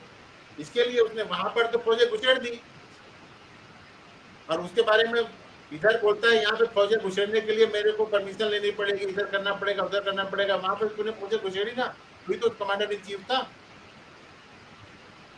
जी दादा। पढ़ो, आगे समझ में आएगा वो। यहाँ पढ़ना, ये सरदार से। प्लेबेसाइट वाला पढ़ो, नीचे वाला, ठीक। ये वाला। Plebiscite was held in Junagadh by India. मैं कर रहा हूँ दादा। A plebiscite was held in Junagarh by India at the instance of Sardar Patel. It was conducted not by the UN but by an Indian ICS officer, C.B. Nagar, on 20th February 1948, in which 99% of all but 91 persons voted to join India. Sardar was not gullible like Nehru to allow himself to be made a fool of by letting Mountbatten to have his way, refer the matter to the UN, which Mountbatten had suggested for Junagadh too, and allow domestic matters to be internationalized and be exploited by Pakistan and UK. तो यहाँ पे ये सरदार different है, वहां पे सरदार different हो गया था ना, ये समस्या हो गई। जूनागढ़ लेने के लिए तो पूरा उसने ट्रूथ एंड नेल लगा दिया, बोला ऐसी तैसी करो, मैं तो देता नहीं। ये भी हो सकता है, क्योंकि पक्की बात है गांधी की सपोर्टर होगा, गांधी के बगल में था ना वो, काठियावाड़ के बगल में था ना, इसलिए। जी जी जी, बिल्कुल बिल्कुल। और दूसरा देखिए, इतना छोटा सा जगह था जूनागढ़, उसके लिए मेरा दिमाग खुल गया। कश्मीर पूरा निकल गया, उसके लिए कोई किसी का दिमाग नहीं।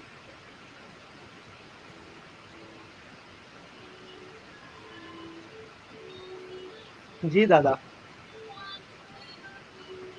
ब्लंडर 32 पे आ जाऊं? हाँ हाँ, आइए आराम आइए। से। ठीक है। Would Blunder 32 would have been Pakistan 2 Hyderabad.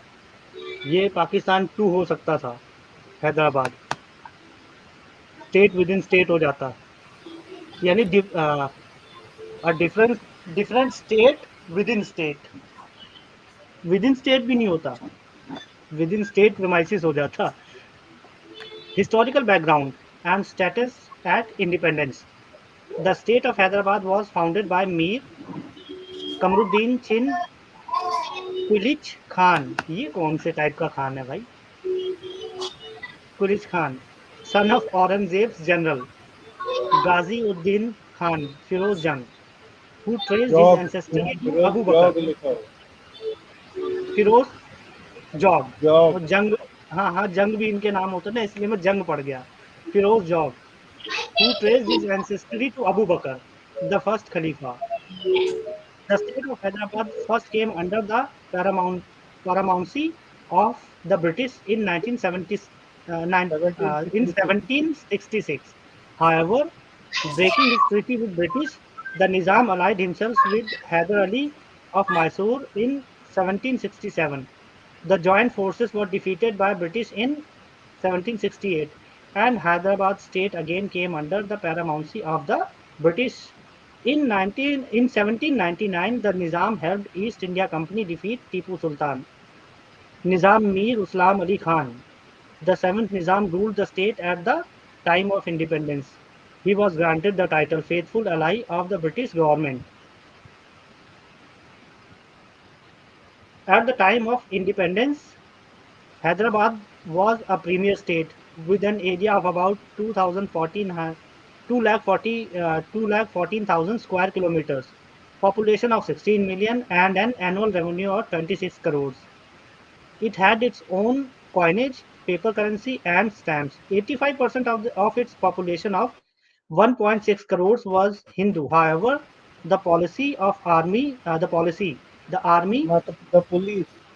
However, the police. sorry, 1.6 crores was, ठीक है, 85% of its population of 1.6 crores was Hindu. However, the police, the army, and the civil services were almost completely preserve of the The, Muslims. the,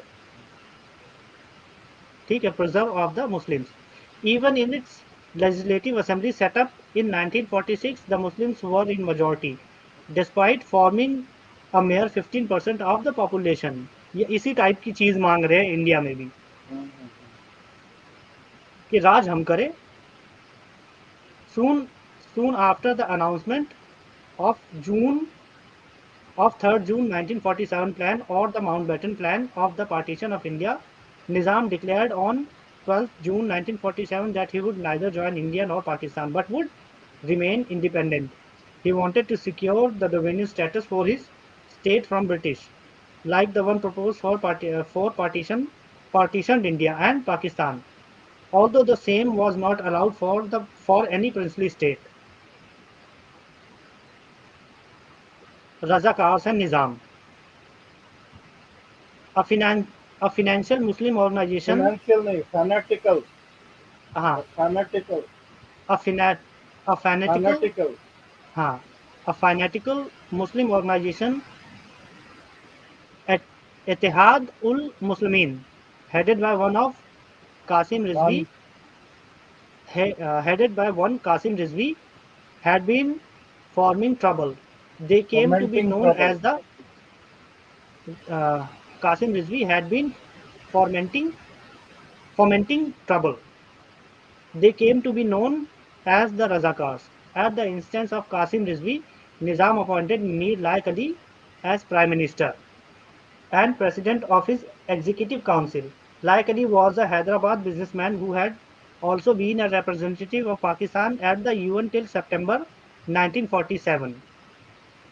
With this, the Hyderabad government came virtually under Razvi, who later met Sardar Patel and VP Menon in Delhi to tell that Hyderabad would never surrender its independence and that Hindus were happy under Nizam. But if India issued on a plebiscite, it is the sword which would decide the final result. Razvi further told Sardar Patel, "We shall fight and die to the last man." To which Sardar Patel responded, "How can I stop you from committing suicide?" जवाब भी बढ़िया दिया.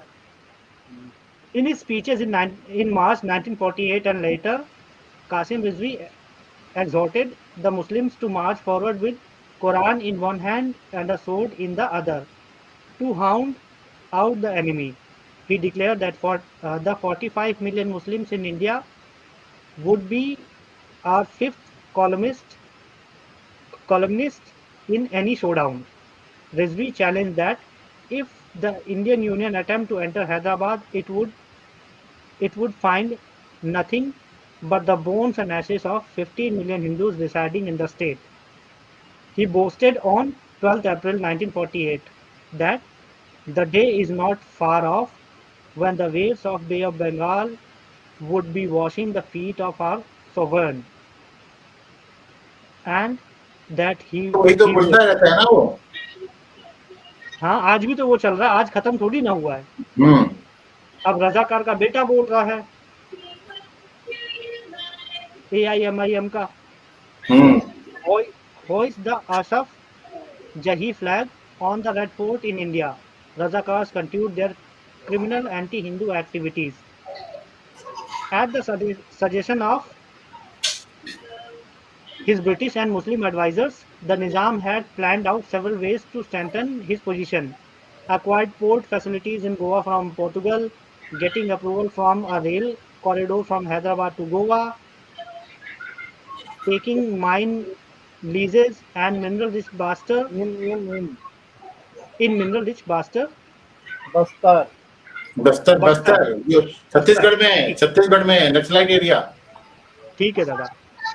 readying more airfields, acquiring weapons, recruiting more Muslims in the army, recruiting British soldiers, getting Muslims from other states to move into Hyderabad state, converting Dalits to Islam, unleashing militia comprising local Muslims, Pathans, and Arabs to intimidate non-Muslims, scaring away Hindus out of Hyderabad state, and so on. Mir like इसी Ali had इसीलिए जितने नीले टिड्डे होते हैं ना वो सब उधर से आते हैं, वो जो आंध्रा के आसपास के होते हैं ना, मराठा के आसपास वाले। Ji Dada.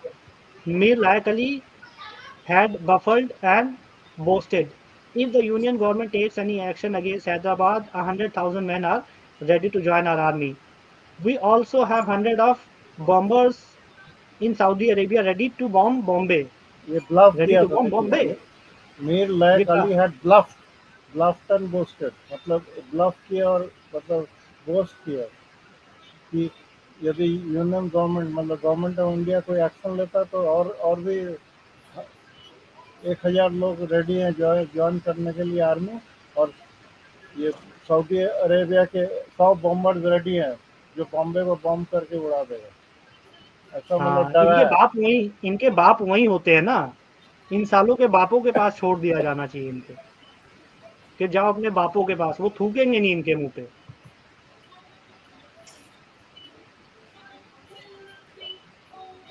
निजाम British Mountbatten Nehru versus Sardar Patel. अब निजाम ब्रिटिश माउंटबेटन नेहरू ये सब एक साइड हो जाते हैं, मतलब आप देखो अपने अपने ही हिस्से को अलग करने के लिए मरे जा रहे हैं। Versus Sardar Patel. wrote VP Menon.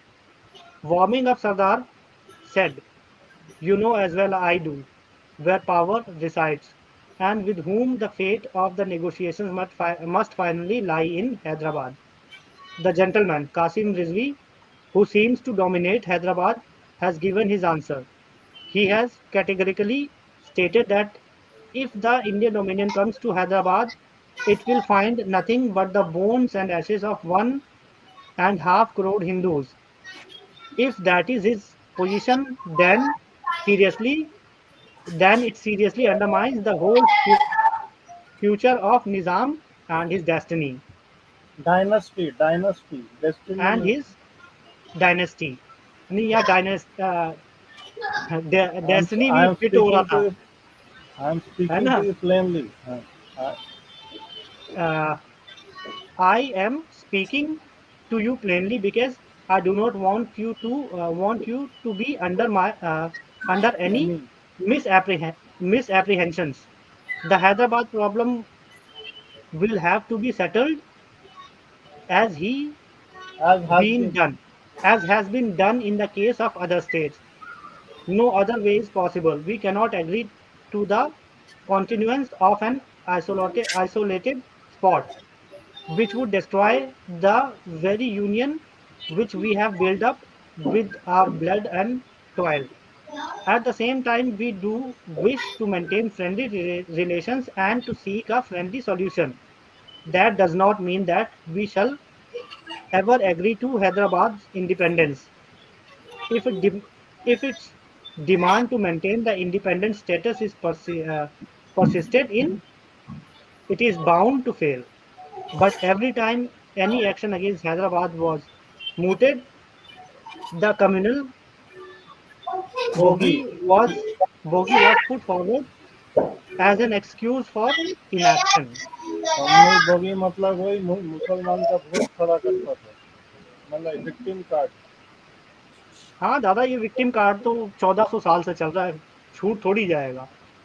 तो क्या बोल लाइक रहा है द कि प्रो कोई घुसेगा तो सब हिंदू मरे हुए पाए जाएंगे, एक कितना 1.5 करोड़ हिंदू मार दिए जाएंगे, डरा हुआ था।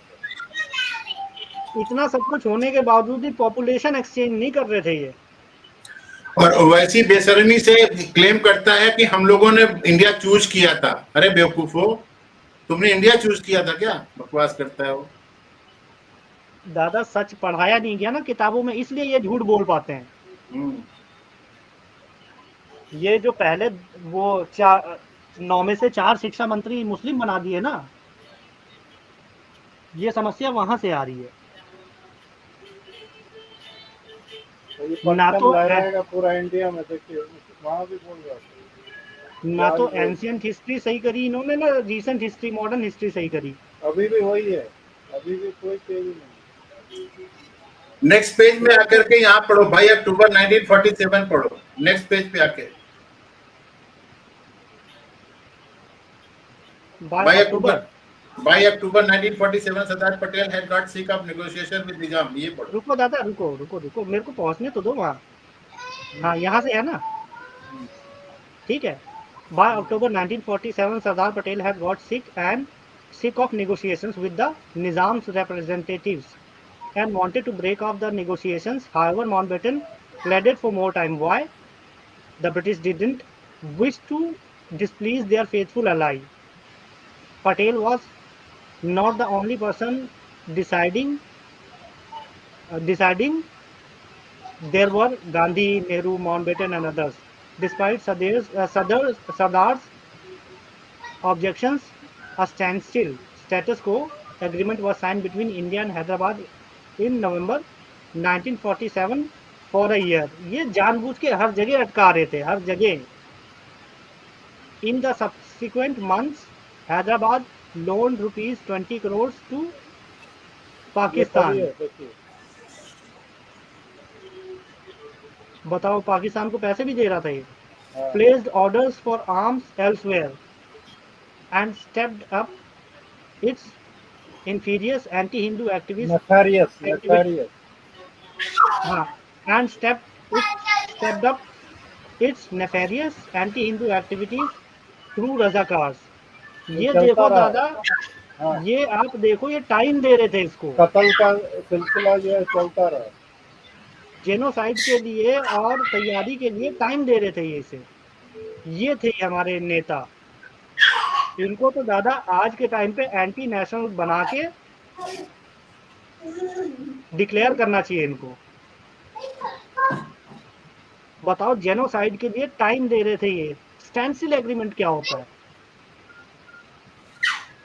मतलब जैसा है वैसा ही रहेगा, कुछ मत करो, स्टेटस को लिखा हुआ है ना। दादा, स्टैंडस्टिल एग्रीमेंट से मुझे कोई प्रॉब्लम नहीं पड़ता। इंटेंशन क्या थी? इंटेंशन ये थी कि इनको ज्यादा से टाइम ज्यादा दिया लोगों को जाए। वहां मार सके हाँ, और टाइम दिया जाए और पैसा और भेज रहा अपनी आर्मी को पाकिस्तान। प्रिपेयर कर सकें। ये कर रहे थे ये लोग। इनको तो इनकी औलादों को जो है, इनके माथे पे लिखना चाहिए गद्दार, और हाथ पैर काट के छोड़ देना चाहिए रोड पे। बिल्कुल। जो आज ये लोग हैं, इनकी औलादों को भी जीने का हक नहीं है। जितने ये बड़े गद्दार थे, डीएनए वही इनमें जाएगा आने वाली नस्लों में। बिल्कुल। Multiple delegations has discussed numerous proposals with Hyderabad, all to no avail. Mountbatten too tried, but failed. Finally, his tenure over. Mountbatten left India on 20th June 1948, but before leaving, he tried once more to get very favorable terms for Nizam by getting Sardar Patel to sign a document as a farewell gift to him. Sardar signed, knowing the stubborn Nizam would reject those terms, and Nizam did reject the document. The moment that happened, Sardar declared that henceforth Hyderabad would be treated on par with the other states and not as a special state. देखिए KM हर जगह Mun- special status चाहिए मुस्लिम लोगों को, हर जगह। हाँ,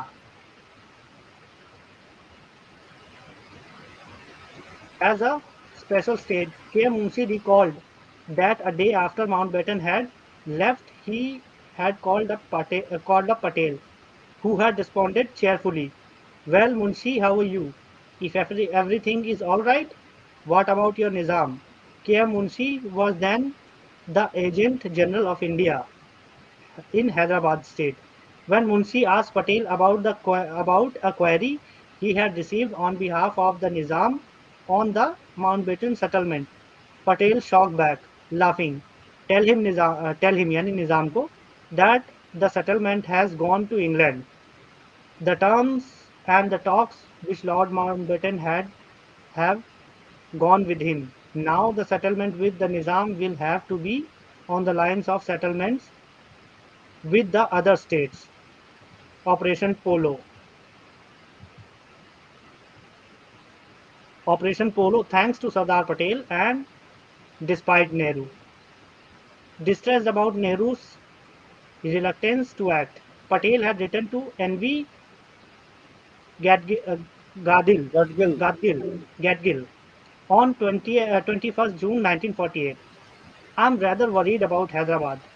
This is the time when we should take a firm and definite action. There should be Definitely. no vacillation, Hmm. and the more public and the more public the action is greater effect it will have on the morale of our people, both here and in Hyderabad, and will convince our opponents that we mean business. There should be no lack of defy Definiteness. definiteness. कैसे कैसे words लिखते हैं यार, definiteness मैं और ठीक है। strength about our actions. ये पुराने टाइम की इंग्लिश है। नहीं अभी भी लिखता हूँ, ऐसी अच्छा, बात नहीं। अभी भी इतनी गंदी तरीके से लिखते हैं book. If even now we relax, we shall not only be doing a disservice to this the service. country, disservice to the country, but would be digging our own grave. अरे सर जो judgement पढ़ रहे थे उसमें भी तो ऐसे इस तरह के अंग्रेजी है। ऐसी इंग्लिश अपने को ना तो समझ में आती ना पढ़ने में चढ़ पाती है। One J.V. Joshi, in his letter of resignation from the Nizam's Executive Council, wrote that law and order had completely broken down in many districts and that the Nizam's police, comprising almost exclusively of Muslims, was colluding with the Razakars in loot, arson, and murder of Hindus, and molestation and rape of their females. He stated having he stated having himself witnessed such senses, such scene scenes, scene uh, witnessed witnessed such scenes, and even scenes where Brahmins were killed. Scenes where Brahmins were killed and their eyes Gauss gouged out. Down Gauss Gouged out. Down Gouged out. It was estimated that besides the Hyderabad state forces of over 40,000, there were about 2 lakh Razakars with small arms and a number of Pathans lately imported. It became morally difficult for India to remain a mute witness to the mayhem and returned worse and that turned worse by that August that 19 turn word. that turned worse by August 1948. कसम से ये सारी चीज पढ़ के ऐसा लग रहा है कि ये गांधी फैमिली इनके हाथ पैर काट के छोड़ दिया जाए बस।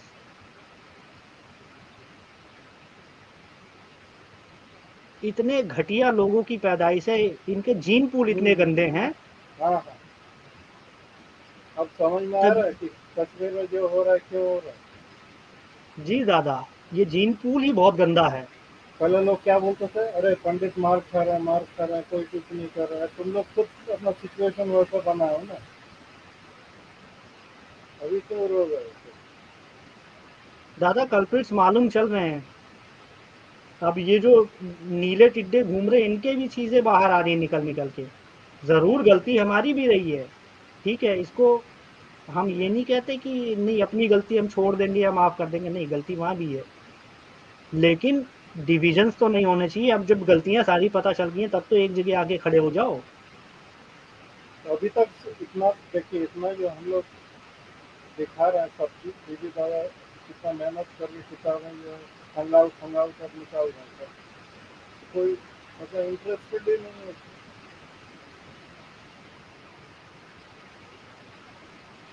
प्रेजेंट गवर्नमेंट का गलती निकालो, ये निकालो, ये निकालो। अरे ठीक है दादा, मैं इसको पढ़ देता हूँ, फिर आपका भी टर्न आने वाला है अभी। नहीं, कोई बात नहीं, आप पढ़िए। ये लास्ट में लास्ट में कंप्लीट कर दूंगा तो चैप्टर कंप्लीट हो जाएगा, इस वजह से ये जी वाला जी। पूरा मैं कर रहा हूँ। रेजिस्टेंस बाय तो नेहरू ये एंड, अवगढ़ जी को वेलकम कर लेता हूँ। अवगढ़ जी हाँ नमस्कार। नमस्कार अवगढ़ भाई। नमस्कार। नमस्कार सभी को। दादा नमस्कार आपको भी। हाँ जी दादा, नमस्कार नमस्कार। ठीक है, मैं कंटिन्यू कर देता हूँ। Resistance by Nehru and the British to any action, one of the one of the use of force by on the India use to, of force, on the use of on the force. use, ठीक है, on the use of force by India to settle the Hyderabad issue, V Shankar wrote, V Shankar ने क्या लिखा, for the entire staff for the purpose had been alerted, and the timing depended on how long it would take for Sardar to overcome the resistance to this course by C. Rajagopalachari, who succeeded Lord Mountbatten as Governor General, and by Pandit Nehru, who found in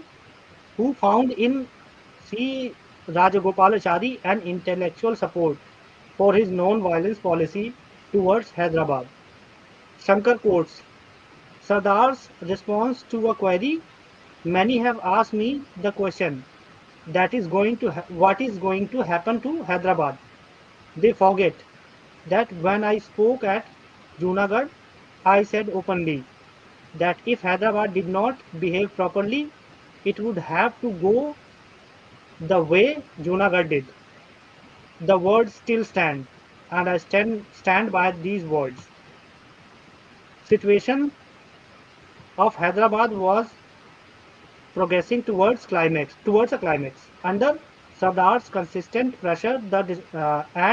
despite the opposition, consistent pressure and despite the opposition of Pandit Nehru and Rajaji, the decision was taken to march into Hyderabad and thereby to put an end both to the suspended animation in which the state stood and the atrocities on the local population, which had become a matter of daily occurrence, wrote MKK Nayyar. Indian Army's C in C was commander an in chief, देखिए ये हाँ ये जगह Indian Army's थोड़ा ख्याल कीजिए। commander and ये कब का हाँ बात Indian बता रहा है? 48 का। हाँ Indian Army's commander in chief was an Englishman named Butcher. ब्यूकर, ब्यूकर। अच्छा, ज्यादा बूचर ही होता है, BUCHER। टी नहीं है ना, अच्छा ब्यूकर, ठीक है टी नहीं है ना। ठीक है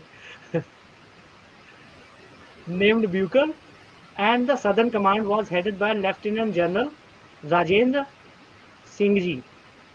Patel knew that Nehru would not agree to military intervention, but anyway sent an instruction through VP Menon to Rajendra Singh Ji to be ready to act if the need arose. Major General Chaudhary commanded the 1st Armored Division, which was stationed in the south, and Rajendra Singh Ji decided to keep it ready for war. In the cabinet meeting on 8 September 1948, while the States Ministry under Sardar Patel pressed for occupation of Hyderabad to put an end to put an end to chaos there, Nehru strongly opposed the move and was highly critical of the attitude of the States Ministry under Sardar Patel. MKK Nair also Nehru wrote, strongly, ये जगह देखिए, Nehru strongly oppose the move and was highly critical of the attitude of state ministries under Sardar Patel. आपस में ही झगड़ा है तो दादा फिर क्या होगा? चाचा नहीं, चूतिया ऑफ इंडिया होना चाहिए इसका हाँ नाम। हाँ हाँ। ये बात सही कहे। कैपिटल में सी लिखना चाहिए इसका, क्या चूतिया ही होना चाहिए ये साला इससे भी बड़ा पप्पू है। अरे शुरू से आज का हमारे जूते तो पूरा जूते का परिवार माला था लगाना इनका। चाहिए। आराम से अवगर भाई, हालांकि मैं तो फोटो पे ऐसी जूते गालियां का दे रहा हूँ माला जो कम से लगाना कम चाहिए। चलती है। अच्छा लाइव है है, ना, वो माफ करना, वाली। सॉरी भाई। हाँ, हाँ। गालियां ऐसी दो जितनी नॉर्मल चलती हो। नहीं, मैं बोल रहा हूँ ना, जैसे जूते का माला पहनाना चाहिए, इतना उनके अरे मैं स्टैचू भूल में गया था, या लाइव है, भूल गया था। ठीक है दादा, इनमें कुछ ऐसे मतलब ऐसे वर्ड्स इनमें जोड़ने चाहिए जिनसे मालूम चले कि गधे थे ये, देखिए और हर आज जगह भी जो इनकी है, नस्ल सुधरी नहीं है।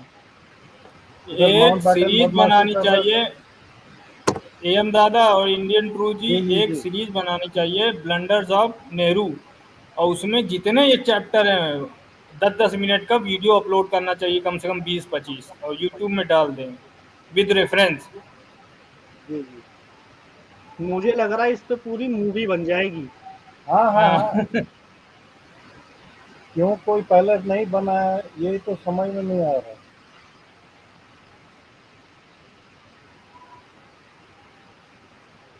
बनेगी, बीबी एक दादा, समय बनेगी, अभी केरला फाइल्स बन रही है। अब नेहरू फाइल्स बन जाएगी। हाँ, अरे भाई, जेएनयू के लोगों का नजरिया बदल गया। नहीं, मैं तो सोचता था कि साले वहां सब ड्रेस दो ही भरे पड़े हैं। अब क्या बोल रहा है? अब बोल रहे हैं अब कि ये क्या बोल लेफ्टिस्ट रहा है? प्रोपेगेंडा, अब बोल रहे हैं लेफ्टिस्ट साले प्रोपेगेंडा फैलाते हैं, ये देश के विनाश पे लगे हुए हैं, लेफ्टिस्टों को सबसे पहले हटाओ, जो लेफ्ट लिबरल वाले हैं। और खुल के बोल रहे हैं कि इस्लाम का बहुत बड़ा जाहिल पना है। तो एक दो तो बोल रहे हैं कि मुस्लिम चैनल देखो।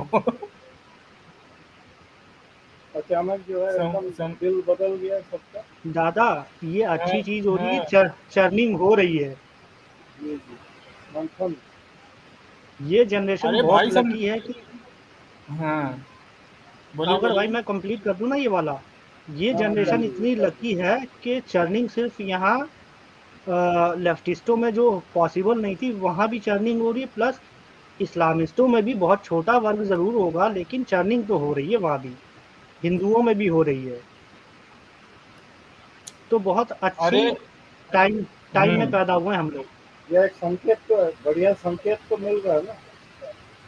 जी दादा। एम दादा, उधार के कई सारे तरफ, न्यूज चैनल गए वहां पे, तो जो उधार बच्चे के हैं तरफ। ऐसे नॉर्मल लड़के, वो बोल रहे हैं कि केरल का डेमोग्राफिक बदल गया, वहाँ 50% के आसपास हिंदू रह गए, तो अब बताइए अब क्या चाहिए, वो तो मुस्लिम तो बन ही जा रहा है, इस तरह करके बोल रहे हैं। तो समझ रहे हैं, 20-22 साल के लड़के होंगे ज़्यादा से ज़्यादा, उनके अंदर जब इस तरह की समझ आ रही है, तो जो आज से 10-15 साल बाद निकलेंगे जहाँ जाएंगे, फिर वो उनका माइंड मेकअप एक तैयार हो रहा है कि नहीं हो रहा। अगर भाई यहाँ राइट की डेफिनेशन में ना प्रॉब्लम क्या है कि राइट को लोग फंडामेंटली समझते हैं। यहाँ राइट विंग का मतलब है जो अपने देश को प्यार करते हैं। डेफिनेशन में चेंज है यहाँ। असल में यूरोपियन का, वेस्टर्न का सब कुछ नरक रहा। क्रिश्चियन और इस्लामिस्ट की वजह से ही कम्युनिज्म वहाँ पैदा हुआ, क्रिश्चियनिटी को सप्रेस करने के लिए। वो भी टोटलिटेरियन गवर्नमेंट रिजीम पे विश्वास करता है। और फिर उसके बाद राष्ट्रवाद, वहाँ नेशनलिज्म हुआ, तो नेशनलिज्म कैन हम हमारी रेस सबसे ज़्यादा, कैन फ्रेंच अच्छे हैं, कैन जर्मन, कैन ब्रिटिशियस, और खूब आपस में लड़े, इतना दा- लड़े मरे, इतना लड़े मरे कि 5-6 करोड़ तो मार डाले होंगे 5-6 साल के अंदर। अगर भाई तो इसीलिए मैं कहता हूँ कि बाहर का कॉन्सेप्ट हम्म, इंपोर्ट करने से पहले उसका हम्म, बैकग्राउंड, और क्या वो हम्म, बैकग्राउंड इंडिया का भी बैकग्राउंड है या नहीं है, अगर वो नहीं है हम्म, तो वो फिट नहीं होगा। वहाँ का नेशनलिज्म क्या है, वो पता नहीं कैसे रेस वगैरह ढूंढते हैं, हम्म। उसके बाद फिर वो उस पे बेस्ड बनता है उनका नेशनलिज्म। यहाँ रेस पे बेस्ड नहीं है, यहाँ ज्योग्राफिकल आइडेंटिटी पे बेस्ड है, एक सिविलाइजेशन पे बेस्ड है। बस बस, सिविलाइजेशन, मेन सिविलाइजेशन। अगर 1950 के पहले जाओ, पहले कोई राजा ऐसा हुआ है हिंदुस्तान में कि नहीं अब हम हिंदी बोलते हैं, अवधी बोलते हैं, तो जाके हम साउथ में अवधी आक्रमण कर देंगे, साउथ में उसको अवधी बुलवाएंगे। कभी भाषा के नहीं, आधार कोई पर लड़ाई हुई नहीं। और इम्पोजिशन वहाँ, नहीं है, लेकिन हाँ, यहाँ पे करेक्शन ये कर देता हूँ कि अगर संस्कृत को थोड़ा सा प्रमोट कर देते तो मेरे ख्याल से सारी लैंग्वेजेस के साथ बहुत अच्छे से वो हाँ, कोलेबरेट हाँ, भी करती है, और हम्म। कम्युनिकेशन बहुत बढ़िया हो जाएगी पूरे बाबा जो है। बाबा साहब तो यही बोले थे, भैया संस्कृत को करो, संस्कृत को। हिंदी तो कई सारी लैंग्वेज का मिक्सचर है, अवधी, ब्रज, बुंदेलखंडी, भोजपुरी, इसीलिए तो पंजाबी, मैंने हिंदी नहीं बोला, पहाड़ी, राजस्थानी, उनसे इसीलिए हिंदी नहीं बोला मैंने। हम्म, रीजन ये था कि तो हिंदी संस्कृत देखा बेस्ड जाए है लगभग। एक नजरिए से 500-600 साल ज्यादा से ज्यादा पुरानी होगी, हाँ है ना? हाँ, तो मैं आगे और कर लेता हूँ, ये वाला कंप्लीट कर दूँ, फिर दादा का टाइम आ रहा है। बट ठीक है, हम्म। छोटा सा डिस्कशन भी हो गया, 5 मिनट का, 10 मिनट का। और नहीं, 2 लाइन और बोल दूं, नेशनलिज्म जो इंडिया का है, इंडिया का अलग है भाई, ये सिविलाइजेशन से रिलेटेड है जो आपने कहा है। यहाँ पे ऐसा मतलब नहीं कि हम नेशनलिस्ट हो जाएंगे तो नेपाल को दबा लेंगे, भूटान को खा जाएंगे और म्यांमार को तबाह कर देंगे, पाकिस्तान को में बम डाल देंगे। यहाँ ऐसा मतलब नहीं भाई, हमारा जो चीज है हम अरे उसको लेके ये प्राइड फील करेंगे। अरे दादा, मुसलमान लोगों में वो देशभक्ति अवगढ़ नाम भाई। का कोई चीज नहीं है ना, इस्लाम भक्ति है। देशभक्ति कहाँ है? हाँ, और देशभक्ति दूसरा जो नाम का कोई सिविलाइजेशन का चीज भी ही बोला नहीं है है। ना, सिविलाइजेशन का भी बोला है, अगर कोई हिंदू बाहर रहता है तो उसका वो कंट्री के मतलब वो कंट्री से प्यार करना उसका, और उसको प्रोटेक्ट करना उसकी ड्यूटी बन जाती है। मान लो, अब एग्जांपल ले लेता हूँ, मान लो अफ्रीका में है हिंदू, तो उसकी ड्यूटी है उसके देश को प्रोटेक्ट करना। हाँ, बात ठीक है, तो सही है। यहाँ हाँ, सिविलाइजेशनल टीचिंग, एक सिविलाइजेशन को अगर ब्लैंक टर्म आप ले लोगे ना कि सारी सिविलाइजेशंस पे अप्लाई हो जाएगी, वैदिक सिविलाइजेशन, तो नहीं होगा, क्योंकि इसकी टीचिंग्स अलग हैं। इसकी टीचिंग्स ये है कि आप जिस कंट्री में हो उस कंट्री को आप प्रोटेक्ट करोगे, अपने रिलीजन से ज़्यादा वैल्यू अपने नेशन को दोगे। और उसके प्रति लॉयल रहो आप, क्योंकि हाँ जो खिला पिला रहा है आपको उसी के प्रति आप लॉयल रहोगे ना, गद्दारी नहीं हाँ, करोगे। या तो जो खा मिट्टी रहा है तुम्हें हमारा और जो या मिट्टी तुम्हें गद्दारी। अन्न दे रही है उसके तरफ आप ईमानदार रहोगे। ठीक है दादा, आगे कर लेता हूँ मैं। Nehru strongly oppose the move and was highly critical of the attitude of the state's ministry under Sardar Patel. MKK and Nair also wrote, Patel believed that the army should be sent to put an end to the Nizam's high-headedness, high handedness, high-headedness, Nizam's high-headedness, high handedness. high-handedness. At about that time, the Nizam sent an emissary to Pakistan and transferred a large sum of money from his in government's account in London to Pakistan. साला At a पैसा ही cabinet भेजते meeting, रहता था क्या बार बार? खाली पैसा ही हाँ, भेजता था बार बार। at a cabinet meeting, Patel described these happenings as advised that the army may be sent to end the terror regime in Hyderabad. Nehru, who was usually calm, peaceful, and good mannered, lost his self control and said, "You are a total communist and I shall not communalist, accept your advice." वो communalist खुद ही बोला है। Communist है और उसको communist communist नहीं बता बोला है, रहा है। एक दफे गौर कीजिए, कम्युनिस्ट नहीं बोला, कम्युनलिस्ट, कम्युनलिस्ट। मतलब तुम कम्युनलिस्ट, एंटी मुस्लिम हो। हाँ। अच्छा, ये इसका ये तात्पर्य पटेल ये को बोल ब्लेम रहा है कि गेम और ब्लेम अब गेम और समझ में उनको अब समझ में आ रहा है कि कौन क्या है। Patel remained unfazed and left the room with his papers. He stopped attending cabinet meetings and even speaking with Nehru after that. Wrote Kuldeep Nair. Reports circulating at the time said that even then Nehru was not in favor of marching troops into Hyderabad, lest the matter to be matter to beat the taken up matter be taken up by the UN. It is true that Patel chafed क्या? at the do nothing attitude of the Indian government. Sardar Patel's daughter, Sardar Patel's daughters, the diary of Maniben Patel. In 1936 to 50, 1936 to 50 states about Hyderabad. Bapu, her father Sardar Patel, said, if this counseling had been accepted, the problem would have been long solved. Bapu replied to Rajaji, our viewpoint is different. I don't want the future generations to curse me that these people, when they got an opportunity, did not do it and kept this uncleared. Hyderabad ulcer, ulcer, kept this ulcer. kept kept this ulcer, Hyderabad princely state, in the heart of India. It is states ministries which was under Sardar Patel's function to make Hyderabad state accede to India. How? How long are you and Panditji going to bypass the state ministry and carry on? Bapu told Rajaji that Jawaharlal continued his aberration for an hour and a half in the cabinet, that we should decide our attitude about Hyderabad. The question will be raised in the UN. Bapu said, I am very clear in my mind. If we have to fight, Nizam is finished. We cannot keep this ulcer in the heart of the Union. His dynasty is finished. He, Jawaharlal, was very angry, hot on this point. Nehru was so opposed to the use of force against Hyderabad that after Patel got the same approved by the cabinet, Nehru called his cabinet colleague Dr. Shama Prasad Mukherjee and demonstrated Demonstrated. demonstrated with him for supporting Patel on the issue.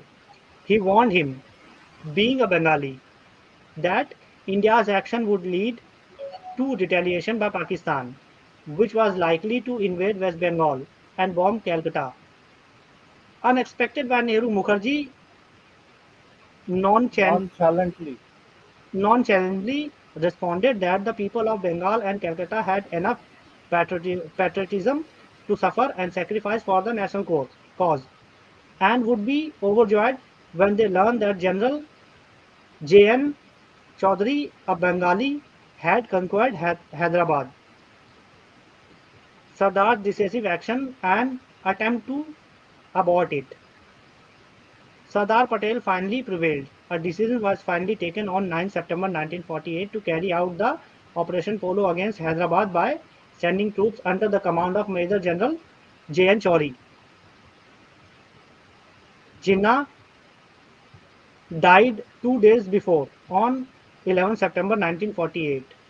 In the view of the same, the British Commander-in-Chief General Boucher Boucher had requested the postponement of the operations, but Patel had overruled him. British were looking for ways to save and support Hyderabad.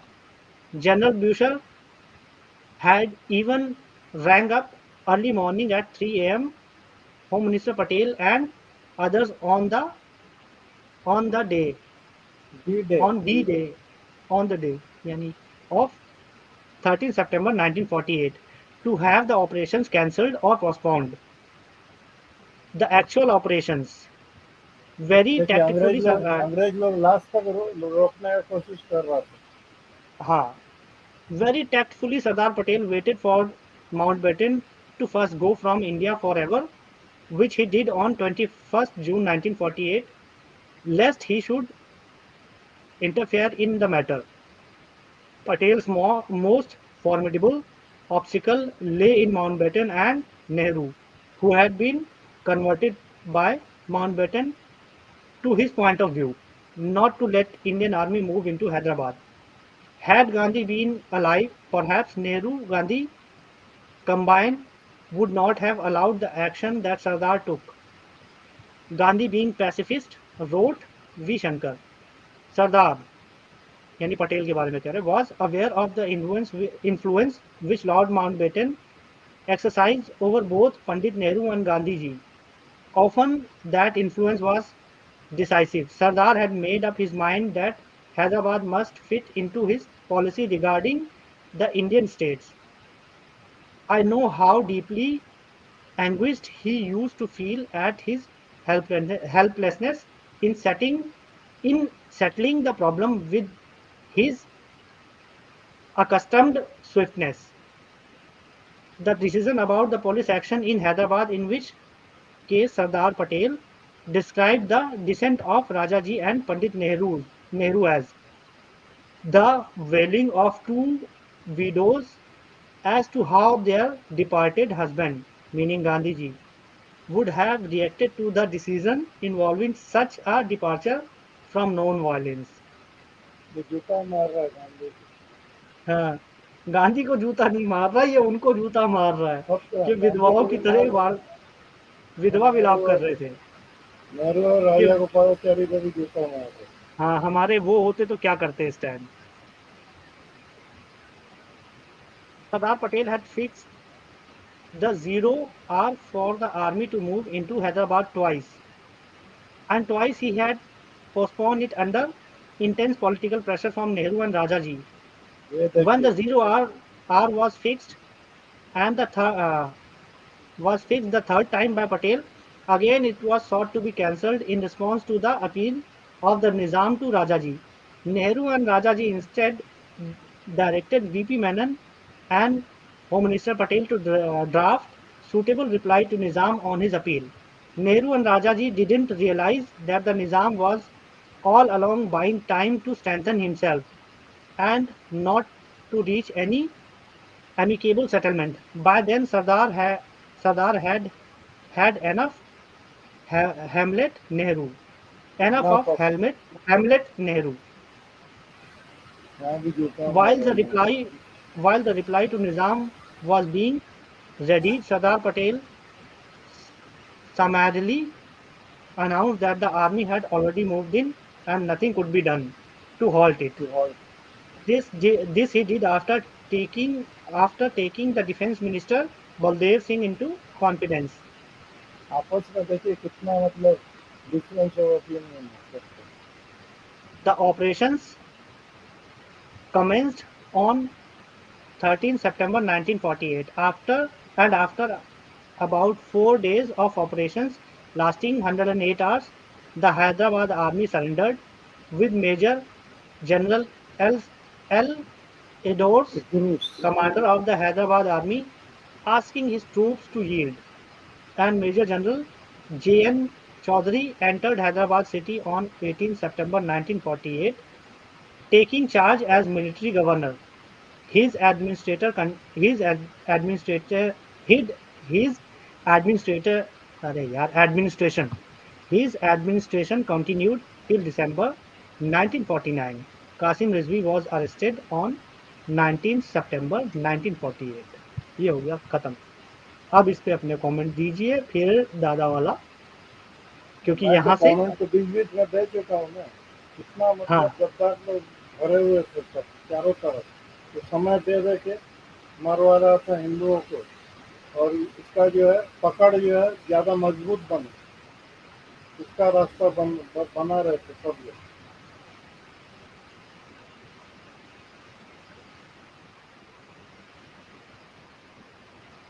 अगर Indian army अंदर नहीं घुसता ना तो हैदराबाद वैसे ही रह जाता, तो पता नहीं उसके बाद क्या होता फिर। ये पकड़ जो है मजबूत हो गई थी ना। जी दादा। अब ये वाला चैप्टर तो खत्म हो गया। इस चैप्टर पे दादा वीबी दादा अगर कोई कमेंट देना है तो दे दीजिए, नहीं तो फिर वो तिब्बत वाला चैप्टर आ जाएगा फिर। नहीं, मैं क्या कमेंट दूं, वो तो सेल्फ एक्सपेक्टेडरी है ना कि हाँ भाई ठीक है, जी जी जी लास्ट मोमेंट तक एक कोशिश करते रहे कि हाँ भाई ठीक है, किसी तरीके से वो अलग ही रहे, लेकिन सरदार पटेल की जिद थी, उन्होंने बोला ठीक है भैया जो कुछ करना तो करो। लेकिन मेरा यही है कि सरदार पटेल ने इतना ज्यादा वो करके जूनागढ़ लिया, हैदराबाद लिया, तो उनको ये लेने में क्या तकलीफ थी कश्मीर? दादा मुझे लग रहा है शायद पूरी तरह चल नहीं रही थी, क्या नहीं चल रही थी? सरदार पटेल अरे की शायद पूरी तरह। अरे मुझे तो 1948 में तमाशा कर रहा है, 1948 में भी तो वहां पर भी जा सकता था ना, वही तो था वहां पे। सितंबर अक्टूबर के महीने में तो मानिक साहब को बीबी मैनन को भेजा था। अरे वो कश्मीर से रिलेटेड था, वो पाकिस्तान से अगर अटैक करते तो फिर वो पाकिस्तान की तरफ चिपकता जाके। पता नहीं क्या इधर बात है, कुछ तो और मतलब इधर या क्या तो कहते हैं, हैदराबाद और इधर जूनागढ़ पाकिस्तान से बिल्कुल दूर थे, तो इनको दबा के रख लो। और दूसरी चीज ये साला अंग्रेजों का पपेट बैठा था ना, ये चाचा नेहरू। बाकी लोग भी कम नहीं थे। हाँ लेकिन बाकी नहीं लोग थे, ये सबसे मेन प्रोडक्ट तो यही था अंग्रेजी सिविलाइजेशन का, कि उन्होंने जो बोया था उसको वहाँ बढ़िया सेटअप करके चले गए, ताकि 40-50 साल तक कोई हिंदुस्तानी हमारी तरफ न देखे कि हमें कंपनसेशन दो, या फिर हमें जो साथ हमारे साथ बुरा बर्ताव किया है उसका हर्जाना भरो। इसीलिए तो सब सेटिंग करके गए थे सब, और झाके इतने सारे लूप होल्स निकाल के कि आपस में लड़ते रहे, वो अभी भी लड़ रहे हैं। जितना सिंह इन्होंने साहब, ये 200 साल में फिर वो कर सिंह दिया ना, साहब, प्रॉब्लम्स खड़ी कर दी। हाँ, हाँ, सिंह साहब, फिर मैं यही बोलूँगा कि कश्मीरी पंडित जो आज रोते हैं ना कि हमारे को कोई नहीं देख रहा, कोई नहीं देख रहा, तो अपना हिस्ट्री पढ़ो पढ़ो और ज्ञान लो कि कौन तुम्हारे साथ गद्दारी किया, तुम लोगों ने क्या किया। और दूसरी चीज, ये लोग भी कश्मीरी जब वहां पे आर्य समाजी लोग घर वापसी कराने गए, तो ये लोग ही सबसे ज्यादा वहां ब्लंडर किए थे कि नहीं नहीं नहीं, हम उनको एक्सेप्ट नहीं करेंगे। हाँ हाँ ना, मरो साले पे मरो। जैसी करनी वैसी भरनी वाला हाल होगा, और क्या हुआ। तो तिब्बत पे बूंद आ जाओ। बूंद हाँ श्रीनगर हाँ, में अब 99% आपका वाला आ गया। कंटिन्यू। हाँ, क्या बोल रहा था? दादा अब आपका चैप्टर आ गया, हाँ तिब्बत हाँ हाँ वाला। हाँ हाँ। Blunder 33, erasure of Tibet as a nation. ये माओ से डोंग का एक कोट है यहाँ. This is our only foreign debt, and someday we एक must मिनट pay. एक मिनट एक मिनट एक जी मिनट सर. एक बंदे ने कमेंट दिया है, सर देश में इतना कुछ चल रहा है, आप कहाँ इन फिल्मी बातों में लग गए हो। जो हमने वो किया था ना, वो फिल्म के क्या है वो, जो पता नहीं किस बारे में बात कर रही है, लग गए हो, जो अपना डिस्क्रिप्शन बदलते रहते हैं। वो कश्मीर, अच्छा हाँ, केरला स्टोरी के बारे में जो किया था उसके बारे में। पहले लिखा था 38,000 लड़कियां गईं, अब सिर्फ 3 हैं। आपको जंतर मंतर का कुछ नहीं दिख रहा। सत्यपाल मलिक जी ने जो कहा उसमें भी कुछ नहीं दिख रहा। आप सच में प्रो बीजेपी हो और अगेंस्ट कांग्रेस हो, क्योंकि हर वीडियो कांग्रेस के खिलाफ है, और ये भी वीडियो दूसरे करंट इश्यू पे नहीं सही है। सब हिंदू बचाने में लगे हुए हो। 75 साल से भी ज्यादा हो गए। क्या कन्वर्सेशन से हमारी आबादी घटी है? सर आपको तो देश के युवा को गलत सोच के से निकाल कर देश को आगे बढ़ाने की बात सिखानी चाहिए क्या सर? सब में तो यही चल रहा है, हिंदू मुस्लिम। आपने भी ये सब शुरू कर दिया सर। भ्रष्टाचार की बात कीजिए, देश में चल रहे इशू की बात कीजिए। इसके अलावा भी कई इशू हैं। ये यूनाइटेड इंडियन करके कोई बंदा है, वो लिख रहा है। हाँ, लिब्रांडू है, लिब्रांडू। लिब्रांडो नहीं, मुझे तो लगता है कटवा है। हो सकता है। यूनाइटेड ये वही इंडियन लिख शक्ल रहा है ना बदल, वो। हाँ हाँ भाई शक्ल बदल के भी तो आ जाते हैं ये। हाँ, कमेंट में लिखा है, इतना बड़ा लिख करके बोलता है आप बीजेपी वाले हो, मतलब मुझे कांग्रेसी होना चाहिए, तो ये मेरे को अच्छा मानेगा, देशभक्त मानेगा। कांग्रेस हाँ, को सपोर्ट करने वाला जो बंदा होता है, और अगर वो हम कांग्रेस की सपोर्ट नहीं करते हैं, वो कांग्रेस की सपोर्ट करता है, वो कौन हो सकता है? अजीब तो आदमी है। देश का Anyway, गद्दार है फिर. हाँ, तो देश का ऐसे ही है। गद्दारी है. क्या दादा, लिब्रांडुओं की आंखें फूटी पड़ी हैं पूरी तरह। वो उधर वो जो अभी मैंने आपको याद है, वो शुरू होने से पहले ही बोला था, कौन सा 2.0 है वो। वो हमने तो पहले दिन ही समझ लिया साइन वो। बैक 20। हाँ, ठीक है, वो तो हमने पहले ही समझ लिया ये है क्या। जरूरी थोड़ी कि उसको बोलेंगे हम। नहीं, कोई रिप्लाई आप, मत दीजिए. These हाँ, people अपना don't दिमाग लगाओ। deserve any answer. They should be ignored. चलो तिब्बत के चलिए। ऊपर घुस जाते हैं हाँ, अब और Blunder करते 33, erasure of Tibet as a nation. अब ये माओ से डोंग बोल रहे हैं. When he had passed through the border regions of Tibet during the long march, बोल रहे हैं कि this is our only foreign debt, and someday we must pay the mansu. and the Tibetans for the provisions we were obliged to take from them. अब आगे बढ़ता हूँ. In the 8th century, Tibetan king Trisong Densen had defeated China, which was forced to pay an annual tribute to Tibet. To put an end to mutual fighting, China and Tibet signed a treaty in 783 CE, where boundaries were confirmed and each country promised to respect the territorial sovereignty of the other. This fact is engraved on the stone monument at the entrance of the Jokhang temple, which still stands today. The engraving is both in Chinese and in Tibetan. आगे बढ़ता हूँ.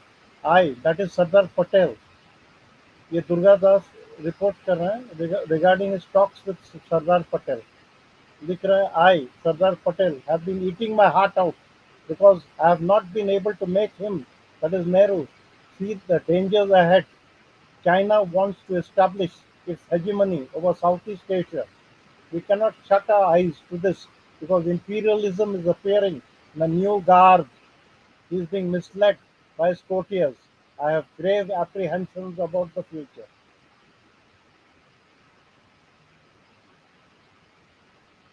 अब बोल रहे हैं, Nehru let Tibet be erased as a nation. Nehru allowed Tibet, a peaceful neighbor and a buffer between us and China, to be erased as a nation without even recording a protest in the United Nations, thereby making our northern borders insecure and putting a question mark on the future of the water resources that originated Tibet. The Tibetan government protested to the United Nations against the Chinese aggression, but as Tibet was not a member of the United Nations, it was simply recorded by the UN Secretariat as an appeal from an NGO. Their appeal, in a way, was pigeonholed. In view of this handicap, Tibetans requested the Government of India to raise the Tibet issue in the United Nations, but India was not willing to do so, lest China should feel antagonized. What to speak of helping our neighbor who had appealed to us for help? आगे बढ़ाइए. We shamelessly We shamelessly advised the victim to seek peaceful settlement with the aggressor China. Even worse, when, through others, Tibet's appeal came up on 23rd of November 1950 for discussion in the UN General Assembly, we opposed the discussions on a very flimsy ground that India had received a note from China that the matter would be resolved peacefully. ऐसा ऐसा कांड हो रहा है. Even though China had invaded Tibet, K.M. Panikkar, the Indian ambassador in Beijing, went so far as to pretend that there was lack of confirmation of the presence of Chinese troops in Tibet, and that to protest the Chinese invasion of Tibet would show China in bad light as an aggressor, which would have a negative effect on India's efforts of ensuring entry of China in the United nation. हम लोग उसी के China को enter कराने में लगे हुए थे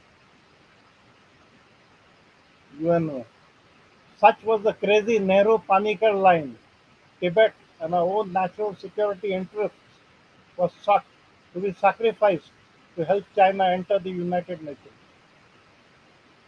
With no one to sponsor the Tibetan appeal, possibility of some joint action was discussed by the Commonwealth delegation to the United Nations. In the meeting, the Indian representative advised that India did not wish to raise the Tibetan issue in the United Nations Security Council, nor did India favor its inclusion in the United Nations General Assembly agenda. See क्या the irony बेवकूफ and the ताकीफ है blunder. यार ये लोग. Shit. Nehru referred to the UN what India should never have referred, the JK Jammu and Kashmir issue, it being India's internal matter. But Nehru refused to refer a matter to the UN that India should certainly have referred, that is Tibet, despite its criticality. Both To India नहीं national उठे security. नहीं नहीं नहीं उठाने से नहीं पढ़ पाऊंगा ना. both to India's both to India's external security and to the survival of a peaceful neighbor. When Nehru should have acted, he did not act, and when he should have acted, he didn't. Both his actions and inaction led to the disastrous consequences for India. Nehru's strategy was India's and Tibet's tragedy. Independent India's indifferent approach. Given the critical importance of Tibet, India should have exerted its utmost to ensure Tibet remained its independent. Sorry. Given the critical importance of Tibet, India should have exerted its utmost to ensure Tibet retained its independent status. But India But did India do so? Did India come to the rescue of its good neighbor, facing extinction as an independent entity? Did India fulfill its obligation as a friend and a neighbor? Did we come good on the trust that a weaker neighbor, Tibet, reposed in us? Did Nehru walk the talk on anti colonialism and anti imperialism? Did India try to save its neighbor from being colonized? Did India try to protect its own crucial interests? What role did India play? What was independent India's or Nehru's Tibet policy? Unfortunately, none. It was actually a defeatist policy. Throw up your hands and declare there is nothing India can do to save Tibet. India was in desperate need of a Sardar Patel to drive its strategic thinking. Nehru, by stating on 1st of November 1950 in an interview to the United Press, stated that India has neither the resources nor the inclination to send armed assistance to Tibet, and that we can't save Tibet.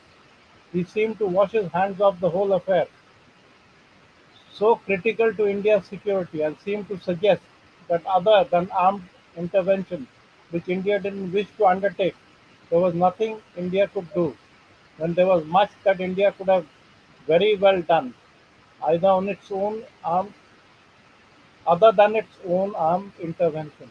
Sorry, there was much more that India could very well have done other than its own armed intervention. मतलब इस मुद्दे को UN में ले जा सकते थे, दूसरा कुछ कर सकते थे। जब जाने का जरूरत था यूएन में, तब गए नहीं। अब जहाँ जरूरत नहीं है, जाने का सोच रहे थे। यही ना सर? एस एस एस अभी आगे पढ़ो, मालूम पड़ेगा। ब्रिटेन ने हमेशा तिब्बत को अलग से रखा हुआ था, just to keep the India secure. पढ़ो आगे, मालूम पड़ेगा। Britain was more concerned about India's security compared to independent India under Nehru. While independent India was an indifferent India, indifferent to its own security, British India had done all it could to keep India's northern border secure by ensuring Tibet remained free from foreign powers. In the early 19th century, Tsarist Russia was trying to expand south into Central and South Asia. In response, Britain commenced its great game, that of checkmating Tsarist Russia. Britain rightly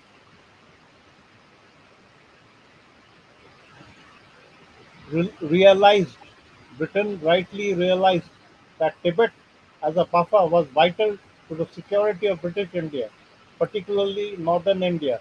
However, Britain did not wish to take the trouble of converting Tibet into a protectorate like Sikkim. It did not consider it financially worthwhile to commit resources for the purpose. Britain wanted Tibet to be neither under Russia nor under China. Autonomous or independent Tibet was the best bet to ensure security of northern India, and therefore the strategy was to ensure it remained so. Towards this end, the British took tremendous physical risks in surveying the border areas and sending missions through the difficult terrain to Tibet, spent considerable sum, did meticulous planning through the decades, arranged conventions, signed agreements, adjusted borders to make northern India as secure as possible, even engaged in cartographic aggression. ये क्या map भी बदल रहे थे सब? trained Indian surveyor spies disguised as pilgrims or traders counted their strides on their travels across Tibet, took readings at night, and measured the longitude, latitude, and altitude of Lhasa and other places. According to Claude R.P., a few months before India's independence, not only was Tibet a de facto independent state, and the British wanted it to remain so, but they were ready to carry out a military action to protect Tibet's status. For this, a detailed military intervention plan was prepared by the General Staff of the British Army. The purpose of the memo, a top secret memo of 1946, was to find a solution in case of domination of Tibet by a potentially hostile major power, which would constitute a direct threat to the security of India. Neither Russia nor China must be allowed to violate Tibet's autonomy, since it would then be possible for them to build roads and airfields to their own advantage, which would vitally affect India's strategic position. ये सब लिख रहा है जिस समय British India में थे उस समय का बात लिख रहे हैं इनका फायदा में था ये सब that's foresight, strategic thinking, and meticulous planning. Talking of strategic thinking, what to speak of viceroys and generals? Even a British explorer, Francis' young husband, who led the British mission to Lhasa in 1904, had this to say in his book Indian Tibet, first published in 1910. Apart from questions of trade, we want to feel sure that there is no inimical influence growing up in Tibet which might cause disturbance on our frontier, that is northern India. That is the sum total of our wants. The trade is not of much value in itself, but such as it is, it's worth having. We have no interest in annexing Tibet, but we certainly do want quiet there. Before the Lhasa mission, Russian influence was the disturbing factor. Now it's the Chinese influence, exerted both its legitimate limits and with imprudent harshness. Reference to Mao Zhao Feng's invasion of 1909. Either of these causes results in a feeling of uneasiness, restlessness, and nervousness along our northeastern frontier and necessitates our assembling troops and making diplomatic protests, wrote Brigadier Dalvi. In October 1950, I was a student at the Defence Services Staff College in Wellington, South India. Soon after the news of the Chinese entry into Tibet reached us, the Commandant General W.D.A. Joe Lentigan Lentigan strode into the main lecture hall, interrupted the lecturer, and proceeded to denounce our leaders for their short-sightedness and inaction in the face of Chinese action. He said that India's back door had been opened. He, predict, he predicted that India would have to pay dearly for failure to act.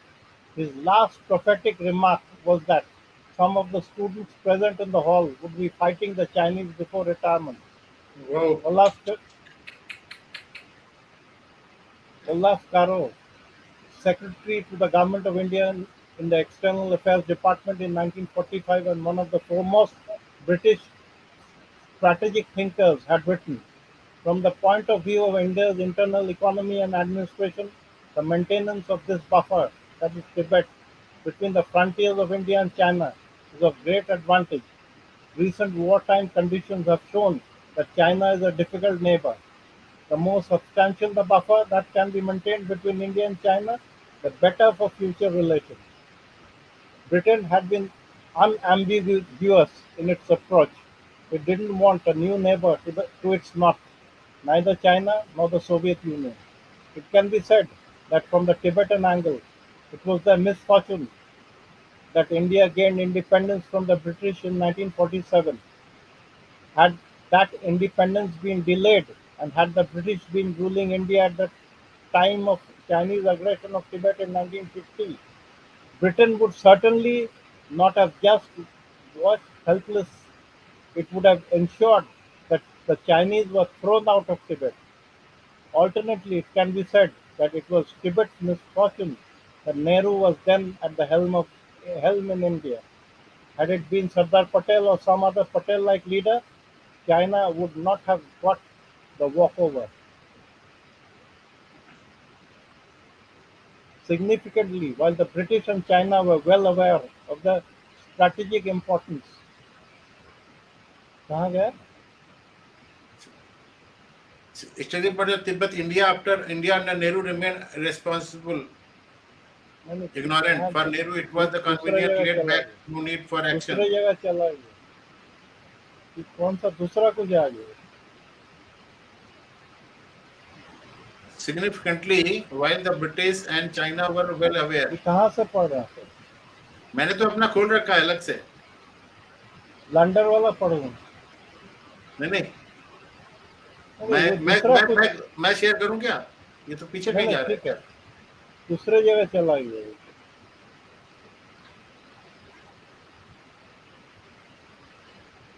और दूसरा कुछ आ रहा है। एक minute मैं करता हूँ. ये शायद क्या कर रहे हैं?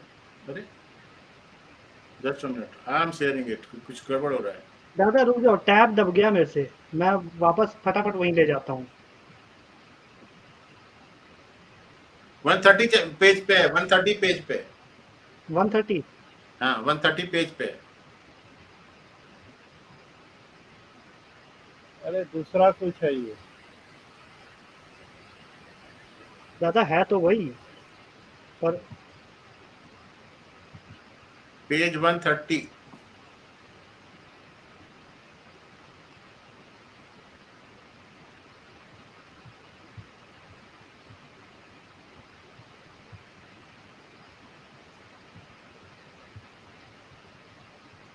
इसमें दादा ये पेज सब तो भी पढ़ तो चुके हैं, ये सब तो पढ़ चुके हैं।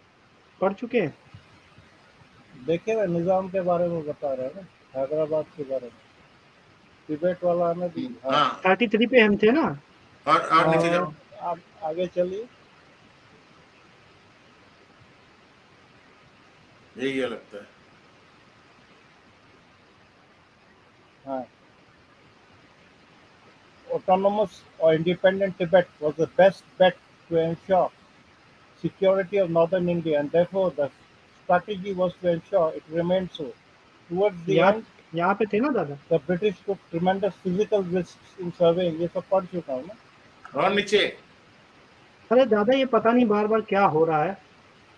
मैं आप करता अपने हूँ. वाले, हाँ आप अपने वाले से करिए, थोड़ा सा प्रॉब्लम आ रही है इसमें. थक गया होगा वो. ब्राउजर कभी कभी वो बिहेव ठीक नहीं करता. मैं इसको हाइड कर देता हूँ. दिखा? हाँ दादा दिख रहा है. Significantly, while the British and China were well aware of the strategic importance of it. यही है. Significantly, while the British and China were well aware of the strategic importance of Tibet, India under Nehru remained irresponsibly ignorant. For Nehru, it was convenient, laid back, no need for action. Hindi chini bhai bhai at all costs, even at the cost of the nation.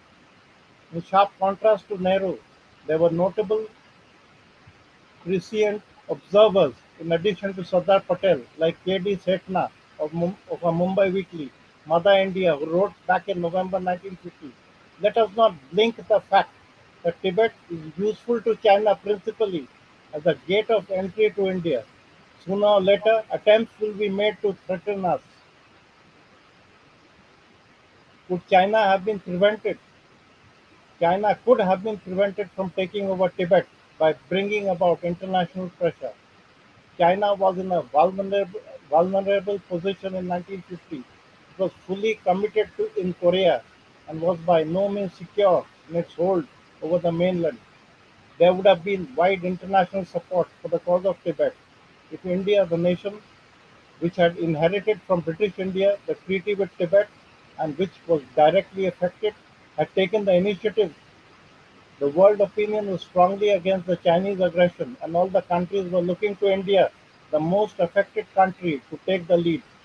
Even if India did not wish to itself meddle militarily, it could at least have helped the military efforts by others or tried to thwart China diplomatically. The Economist wrote, having maintained complete independence of China since 1912, Tibet has a strong claim to be regarded as an independent state, but it is for India to take a lead in this matter. If India decides to support independence of Tibet as a buffer state between itself and China, Britain and USA would do well to extend formal diplomatic recognition to it, writes Prosenjit Basu in India Reborn. The Americans were keen to support Tibet's claim to sovereignty, but needed support from India or possibly Nepal to solidify the claim. But the proto-communist Nehru, who believed in his simple heart that communism was the wave of the future and the forces of history would inevitably lead to the triumph of communism, contemptuously brushed off the American offer of support. Nehru told his cabinet that it was not possible for India to help Tibet fend off the well-armed PLA, but he did not address the question of whether American support could have augmented the military potential of a combined effort, wrote Doctor N.S. Rajaram. It is nothing short of a tragedy that the two greatest influences of Nehru at this critical juncture in history were Krishna Menon and K.M. Panikkar, both communists. The truth is that India was in a strong position to defend its interests in Tibet, but gave up the opportunity for the sake of pleasing China. It is not widely known that India in 1950 China could have been prevented from taking uh, over. uh, China could have been prevented from taking over Tibet. Patel, on the other hand, recognized that in 1950 China was in a vulnerable position, fully committed in Korea and by no means secured in its hold over the mainland. For months, General MacArthur had been urging President Truman to unleash Chiang Kai-shek, lying in wait in Formosa, Taiwan, with full American support. China had not yet acquired the atom bomb, which was more than 10 years in the future. India had little to lose and everything to gain by a determined show of force when China was struggling to consolidate its hold. In addition, India had international support, with world opinion strongly against Chinese aggression in Tibet.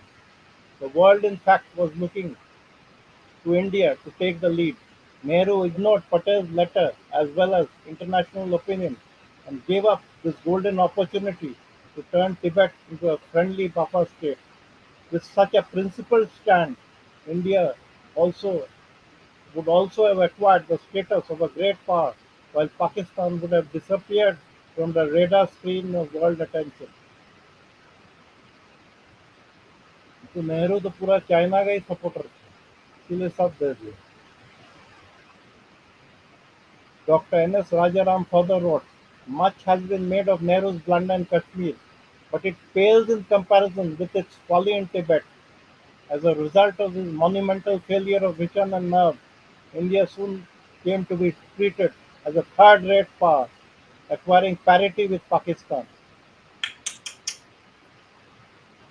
Even if India did not have the military strength to confront and prevent China, there were so many other steps that India could have taken. Express disapproval, provide moral support to Tibet, lodge protest in the United Nations, mobilize world opinion against Chinese action, grant recognition to Tibet as an independent nation, persuade other nations to also do so, demand plebiscite in Tibet to ascertain the opinion of the public. China had agreed for a plebiscite in Mongolia that led to its independence. Work towards ensuring complete independence for Tibet through peaceful means. Even if the final favorable outcome took decades, it didn't matter. At least there would have been hope. Had India taken the initiative, many nations would have supported India. In fact, Many did pass resolution in favor of Tibet in the United Nations later, which India, the affected country, did not support.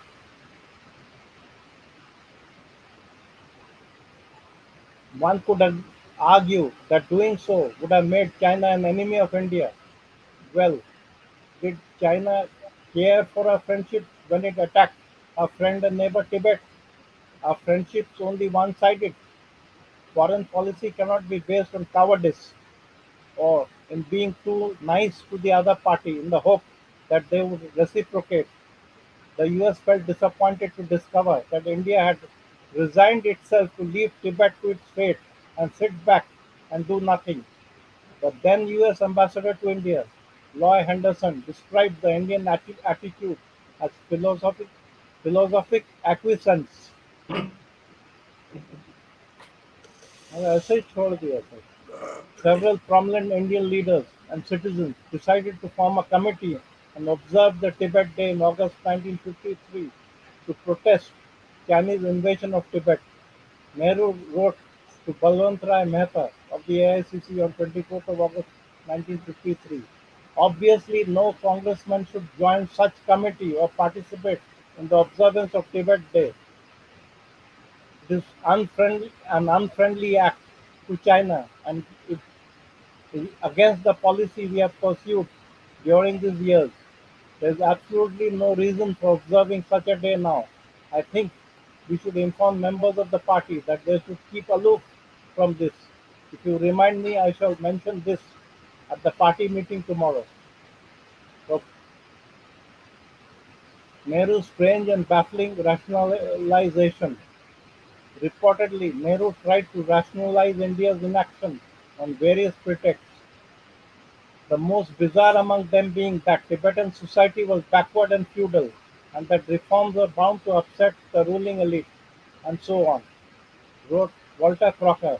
It's being said in Delhi in 1952-53 that Nehru, in private and semi-private, justified the Chinese invasion of Tibet, says Arun Shourie in Are We Deceiving Ourselves Again?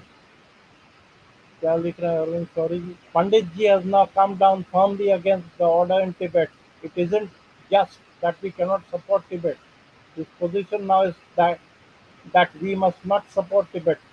The reason in his progressive view of history. The reason is his progressive view of history. The Tibet order is feudal, and how can we be supporting feudalism?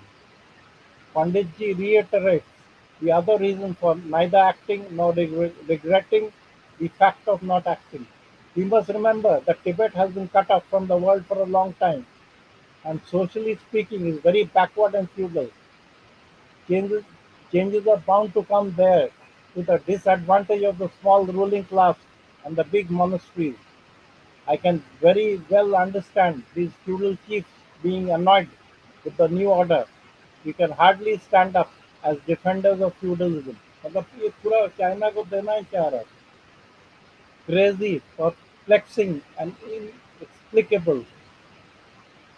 What does Nehru's logic lead to? It is all right for a country that is backward and feudal to be taken over by another country if that would help it progress. By that logic, the USA could have colonized most of Asia and Africa that was backward and feudal, including India, which also fell in that category, and Nehru would have been fine with that.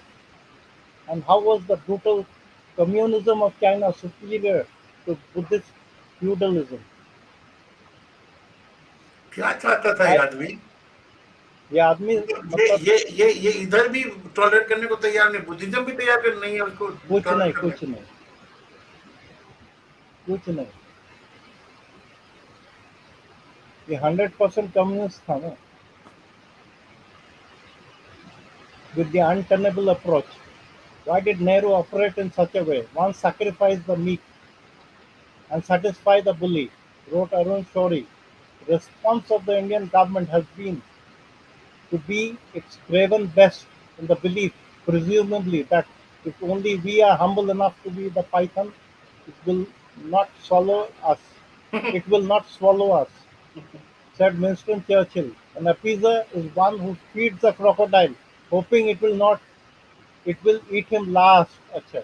And Afiza is one who feeds the crocodile, hoping it will eat him last.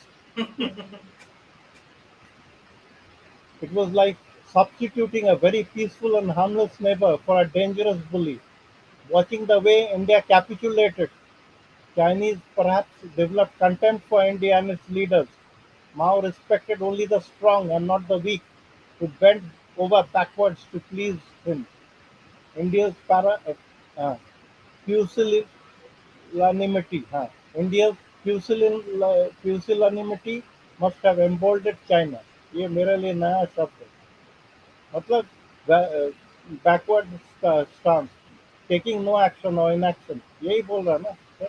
हाँ, Taking of inaction deliberately when the situation is in one's favor, इसका मतलब वही निकलेगा. Emboldened China, inaction emboldened China, must have emboldened China. Two, it suited Nehru temperamentally. Nehru was a pacifist and did not have a stomach to face up to a difficult situation. What was the result? Those who abandoned their friends and neighbors, especially weaker ones, in their difficulties, should know that their own time would also come, and it came, as India realized in 1962. What was once a most secure border became the most insecure border thanks to Nehru. President Dr. Rajendra Prasad has famously remarked, I hope I am not seeing ghosts and phantoms, but I see the murder of Tibet recoiling on India. He had also written, in the matter of Tibet, we acted unchivalrously. In the matter of Tibet, we acted unchivalrously and even against our interest in not maintaining the position of a buffer state, for it had thus exposed the frontier of 2,500 miles to the Chinese. I have very strong feeling about it. I feel that the blood of Tibet is on us, but the Prime Minister does not like the name of Tibet to be mentioned even now and regards any mention of its liberation as manifest nonsense. 3. Nehru's Marxist Communist oh, worldview dictated that communist countries could not be imperialists despite ample factual evidence to the contrary, especially with regard to the Soviet Union.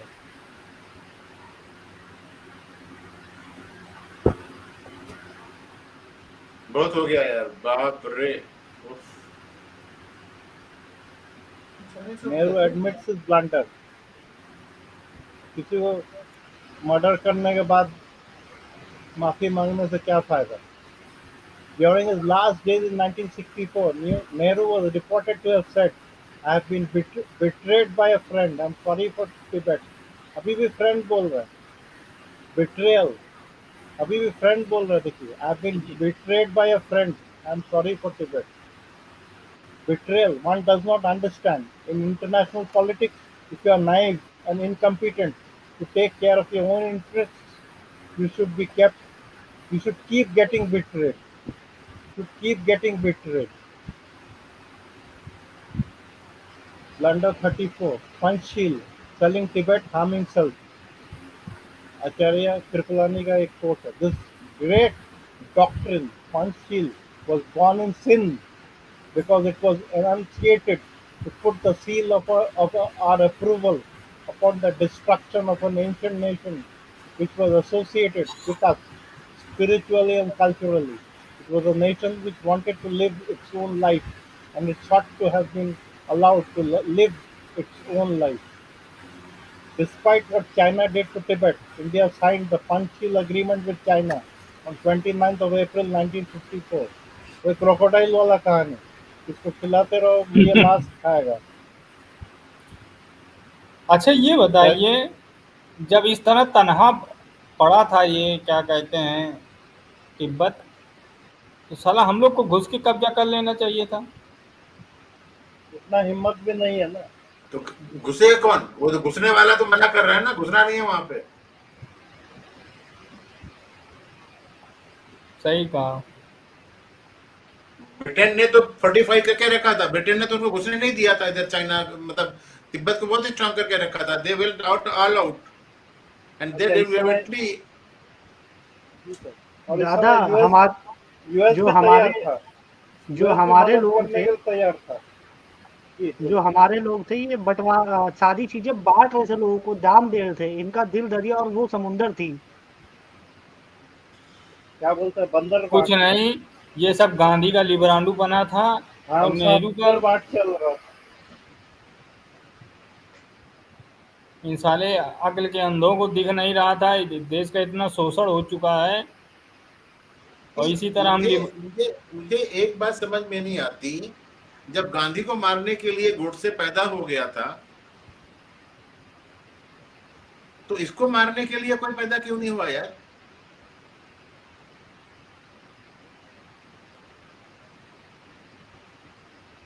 क्या पता गांधी को निपटाने के लिए ये खुद पैदा किया हो गोडसे को। हाँ तो वहां गांधी पे पहले भी तो असैसिनेशन अटेम्प्ट हो चुका था, 10 दिन पहले हुआ था। इस भाई के ऊपर एक भी नहीं हुआ, इसने इतनी खुराफातें की हैं, कुछ भी नहीं हुआ इसको। ये जितने भी लेक्चर दे रहे हैं, आचार्य कृपलानी तो जनरल सेक्रेटरी था जब इसका प्राइम मिनिस्टर बनाया गया था। फिर बाकी लोग तो सर लेक्चर ही दिए ना, ये कुछ कहा जो ये थोड़ा चलती ही सा ना भी होगी पटेल। इन लोगों की। वो डॉक्टर राजेंद्र प्रसाद राष्ट्रपति है, दुनिया भर की बातें लिख रहे हैं, रिजाइन कर देते राष्ट्रपति से, बोला ठीक है मेरे को नहीं रहना तेरा प्राइम प्रेसिडेंट। एन मास रेजिग्नेशन होना चाहिए था एज अ प्रोटेस्ट। फिर हाँ, ये बात सही कहें। अरे घुस जाते तिब्बत, लड़ाई करता चीन, आधे पे रोक लेते। मैंने मेन बता मेन रहा पार्ट उस तो आ समय ही चीन जाता। के पास एटम बम भी नहीं था, कुछ नहीं था। और दूसरा जो अरे है कोरिया की तरफ को, कोरिया ताइवान के, हाँ कोरिया पे के झगड़ा हो रहा था, तरफ उधर की तरफ झगड़ा उधर हो रहा था ना, बिजी था मौका वो। अच्छा था उस समय। यही तो बता रहा है, जब अच्छा मौका था तब कुछ नहीं किया, बोल रहा है और मत जाओ। बुद्धिस्ट और तिब्बती हम लोग के साथ खुश रहते हैं, दो स्टेट बना के दे देते, एक इधर का ईस्ट का बना देते, एक नॉर्थ का बना देते, सेना अपनी वहां रख देते, थोड़ा ऑटोनॉमी दे देते। जनसंख्या ही कितनी है। देखो पंसील ने क्या नाम दिया था उसका, agreement on trade and intercourse between the Tibet region of China and India, ऐसा करके बोल रहा है। हाँ 1954 में 10 रिकॉग्नाइज कर गया वो। ये पढ़ता हूँ सर फिर। Despite हाँ what China did to Tibet, India signed the Panchsheel Agreement with China on 29th of April 1954. The agreement itself was titled Agreement on Trade and Intercourse between the Tibet region of China and India, thus acknowledging Tibet as a part of China. यहाँ तिब्बत का नाम घुसाते ही तो China के साथ जो है हम लोग सहमत हैं, यही प्रूव हो रहा है ना फिर। India gained nothing through the agreement and all benefits accrued to China. Chinese leaders must have been laughing at the naivete of the Indian leadership. कितना गलेबल है सब, बेवकूफ है, हंस रहा था सब। सही कहा। अच्छा इंडिया डिड नॉट दादा, इवन इंसिस्ट। जी जी। पढ़िए पढ़िए, आप कंप्लीट करिए। इसको यूके में, इंडिया डिड ब्रिटेन में नॉट, कहीं पर कोई चाइनीज तो नहीं मिल गई थी? हो सकता है। अरे हो सकता है, कोई बड़ी बात नहीं है। इन साले दलालों का कोई ईमान धर्म नहीं है। बस चले तो देख रहे हैं, कांग्रेस पार्टी अनाउंस कर रही है कि बजरंग दल को हम बैन कर देंगे। देखो जीएस वाजपेयी बोल रहा है कि भैया बॉर्डर डिस्प्यूट सेटल कर लो, तो उसको भी इग्नोर मार दिया पनिकर और कृष्णा मेनन और नेहरू ने। नीचे लिख रहा है अगले पैरा में। जी जी। Did not even insist on prior settlement of borders. Reportedly, Girija Shankar Vajpayee of the External Affairs Ministry had advised on settlement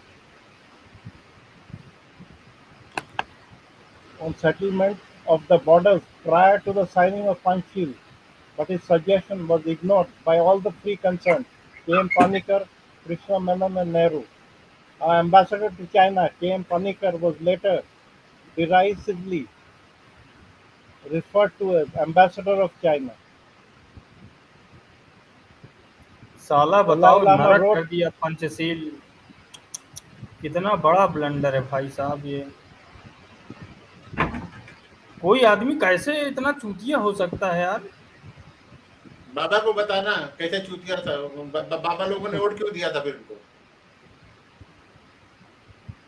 Dalai Lama wrote poignantly in his autobiography, "Yet I was conscious that outside Tibet, the world had turned its back on us.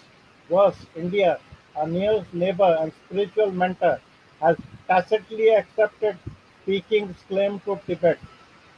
In April 1954, Nehru had signed a new Sino-Indian treaty which included a memorandum known as Panchil.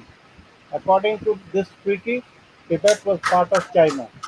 बस बस, मैं इसी बात पे कह रहा था, इसी बात पे कि इतना कोई लिब्रांडू चूतिया कैसे हो सकता है। अरे सब ऐसा ही है, अभी भी ऐसे ही सब लोग हैं।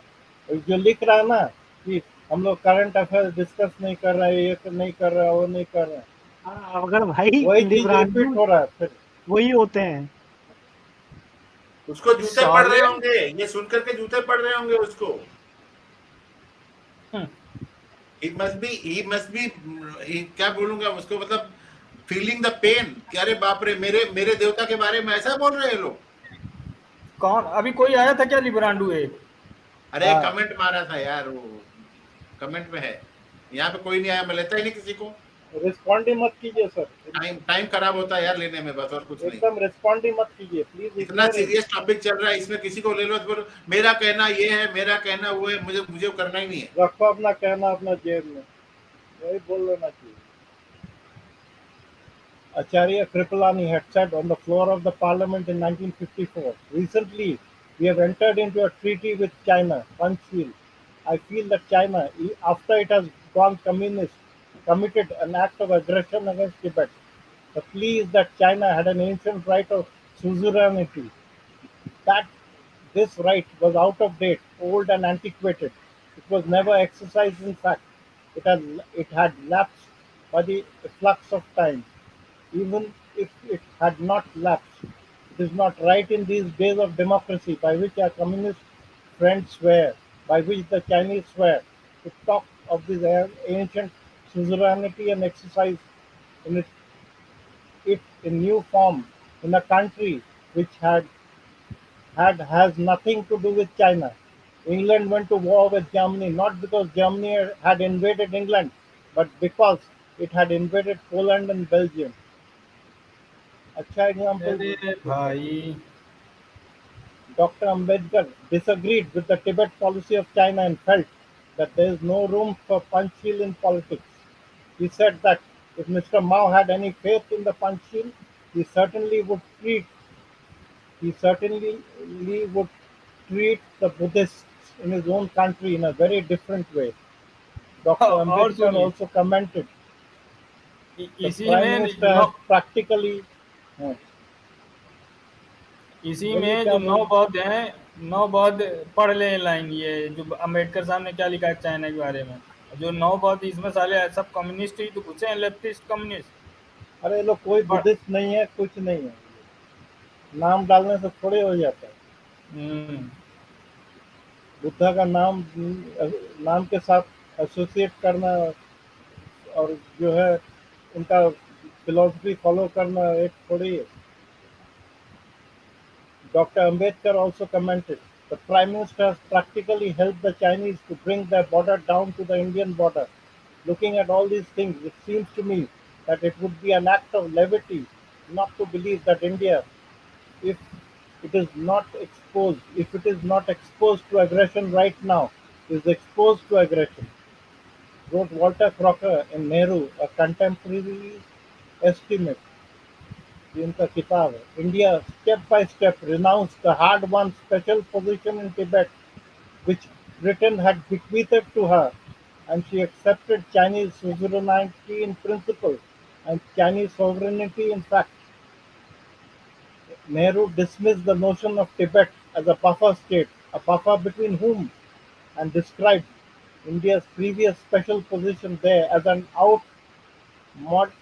outmodeled relic of imperialism, outmoded, sorry,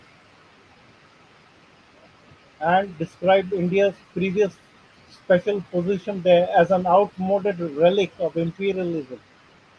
India's renunciation was seated in a series of Sino-Indian agreements, the most important being the Agreement on Trade and signed in 1954, that is Panchsheel. India did this despite its own stand to the contrary earlier. The flag of Tibet was put up on 15th of August 1947 in the parliament, acknowledging Tibet as a separate nation. Right up to 1949, Nehru, in his official communications, used words like the Tibet government, our two countries, and so on, leaving no doubt that India recognized Tibet as a separate independent nation. और कितना नौटंकी और कितना झूठ कर रहा है कुछ, सोच रहा है कुछ. Panchsheel is actually a most eloquent example of the naivety of the Indian diplomacy and a shining example of what an international agreement should not be. Yet, upon criticism of the Panchsheel in Parliament, Nehru had brazenly stated that in the realm of foreign affairs, he could never take so much credit as for the India-China settlement over Tibet. An amazingly self-deluding assertion indeed. Blunder 35, क्या not बोलेंगे settling यार, we are not having any work, बहुत हो गया बस, बाप रे. Blunder 35, not settling boundary dispute with China. Nehru failed to negotiate with China on a peaceful settlement of borders, so vital to India's security. Doing so was not difficult considering that China at that time was not strong, had numerous external and internal problems to contend with, and was therefore willing for a give and take, particularly Aksai Chin McMahon Line swap, recognition of McMahon Line by China in return for India's recognition of China's claim on Aksai Chin with minor adjustments. Status of India-China border at independence. India had borders with Tibet, but not with China. However, after the forceful annexation of Tibet by China in 1950 and its mute acceptance by India, there were Indo-Tibetan borders. What were Indo-Tibetan borders became Indo-China borders.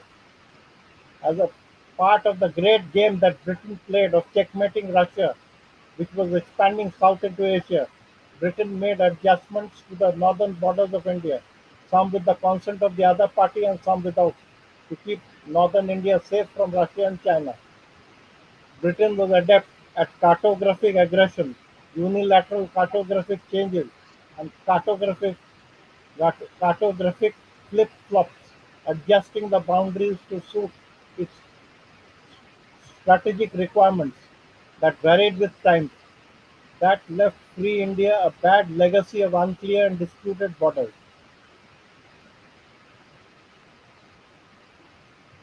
Map का ambiguity इसीलिए रह गया. ये लोग Britain अपने हिसाब से map कुछ बनाते थे, फिर उसके बाद कुछ दिन के बाद कुछ और बनाते थे, जो मर्जी बनाते रहे और वो देकर गए as a legacy.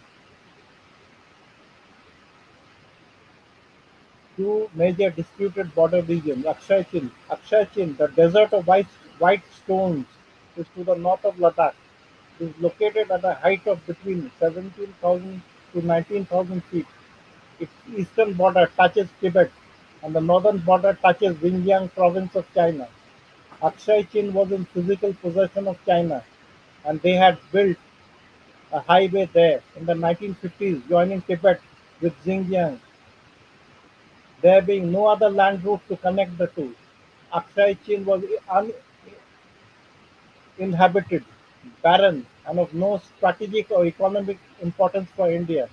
And considering India had no legally sound claim on it, there was little point, and indeed unwise for Nehru to act adamant on it, especially when China was prepared for a quid pro quo on the McMahon line in the northeast.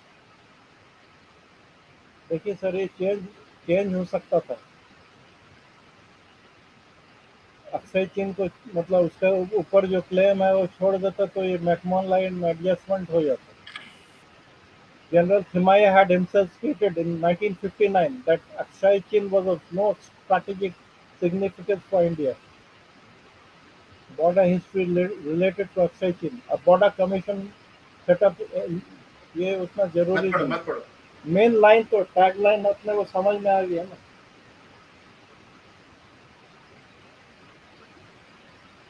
ये पढ़ो McMahon line. The McMahon Line was finalized in the Shimla Convention of 1914. The Shimla Convention, arranged by the British, to which Tibet and China were invited and were represented by Longchen Shastra and Ivan Chen, respectively, conducted 8 formal sessions between 6th of October 1913 and 13th of July 1914. Sir Henry McMahon, the then Foreign Secretary of British India, was the chief negotiator and the British plenipotentiary at the convention, assisted by Charles Bell. Longchen Shastra and Ivan Chen had to get orders and clarifications from Lhasa and Nanjing respectively. That took a long time on account of the distances and conventional communication network, and that was the reason that the convention stretched for so long a period, about 10 months. China initially objected to the presence of Tibet in the convention, saying it had no independent status and was part of China, but then went along, fearing Britain may proceed unilaterally with Tibet, like Russia did with Mongolia, ignoring China. The convention proposed granting Tibet control over Inner Tibet while recognizing the autonomy of Outer Tibet under the Dalai Lama's rule. Outer Tibet comprised western and central Tibet, including Lhasa, Chamdo, and Shigatse, Shigatse, sorry, including Lhasa, Chamdo, and Shigatse, and the area skirting the British India frontier, while Inner Tibet included Amdo and part of Kham. Both China and Britain were to respect the territorial integrity of Tibet and abstain from interference in the administration of Outer Tibet. Further, Outer Tibet could not be converted into a province of China. The border between northeastern India and Tibet was also discussed and finalized between Tibet and British India during the convention. It came to be known as the McMahon Line. India was not invited to the discussions to the McMahon Line because it was a boundary settlement between India and Tibet and China, and not. Sorry. China was not invited to the discussions on the McMahon Line because it was a boundary settlement between Tibet and India and not between China and India. It was not a secret negotiation, and China knew about it and raised no objections. Ivan Chen initialed the draft convention on 27th of April 2014. It is 2000 कहाँ से आ गया? 1914 है 1914. 1914. However, 2 days later, on 29th of April 1914, China repudiated Chen's action and refused to proceed with full signature. It is worth noting that China refrained from full signature not because it had problems with inner outward Tibet per se, but because Tibet and China could not agree to the dividing line between the two. Britain and Tibet signed the convention on 3rd of July 1914. Even as late as 1947, China, under the nationalists, had conveyed to the then Indian government that they didn't recognize the McMahon Line. The text of the draft convention of, or that of the final, ये नहीं पढ़ो ना? The McMahon Line was a thick red line drawn on a double-page map, hence it is inaccurate and susceptible to alternate interpretations and disputes. As proper follow-up protocols that should have used cartographic techniques to identify the location of the agreed line on the ground through a joint survey were not taken up. The line remained inexact, leaving scope for controversial claims. The Indian line showed it as a dashed broken line till 1954 to indicate it was roughly defined, but yet not demarcated. That is marked on the ground consequent to a ground survey. However, after July 1954, the Indian maps began showing it as a solid line indicating that it was well demarcated. At the instance of Nehru, ये भी तस्वीर बनाने वाला आदमी था, कुछ भी बना दे. With India having agreed to Tibet being a part of China and not an independent nation, a doubt was implicitly cast upon the validity of the treaties which were agreed to by Tibet but not by China. India effectively gave a self-goal through its Tibet policy. Dalai Lama rightly pointed out that to deny the sovereign status of Tibet when the McMahon Line was agreed to in 1914 was to deny the validity of the McMahon Line itself. What should have been done post-independence? India should not have allowed Tibet, which was a buffer with China, to disappear as an independent nation. That blunder having been done, the following sensible steps should have been taken. Both India and China should have taken stock of the fact of unsettled borders and let the public in both the countries know of the same, lest there be any wrong impression, false propaganda, and unwarranted politics. A team comprising experts from both the countries should have done ground survey and should have tried to define the boundaries. Those areas that the expert team failed to resolve should have been left for further discussions at a higher level, where they could have been resolved in a spirit of give and take. But were the above sensible steps taken? Unfortunately, no. Contrary to expectation, one is shocked to learn that while China was agreeable for these sensible steps, India was not. Nehru had other ideas, odd, brazen, and unreasonable. India unilaterally changed maps in July 1954. In his memo of the 1st of July 1954 to the Secretary General of the Ministry of External Affairs and the Foreign Secretary, Nehru's directives were: in future, we should give up references, except in some historical context, to the McMahon Line or any other frontier line by date or otherwise. We should simply refer to our frontier. Indeed, the use of the name McMahon is unfortunate and takes us back to the British days of expansion.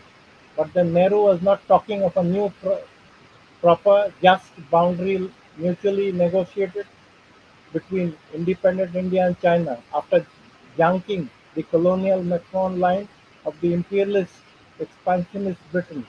He was all for sticking to the colonially laid down lines like McMahon line, only it didn't want the legacy of the British names, which lent a negative expansionist flavor.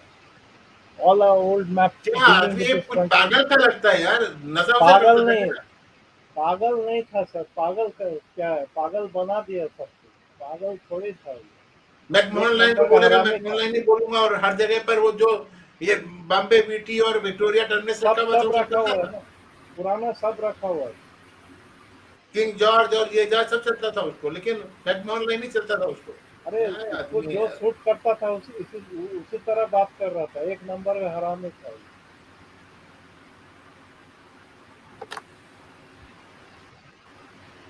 जो बोलने से ये लोग खुश national होते थे TV वो. पे ये सब इसकी पे एक कहाँ डिबेट होता डॉक्यूमेंट्री है, कुछ बने। होता है? नेशनल टीवी पे इस पे ये सब पे डिबेट होता है, ये सब बताया जाता है.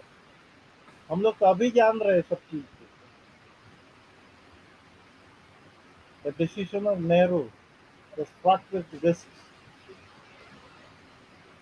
और तुम्हारा क्या कहते हैं वो, क्या कहने वाला, छोड़ो चलो।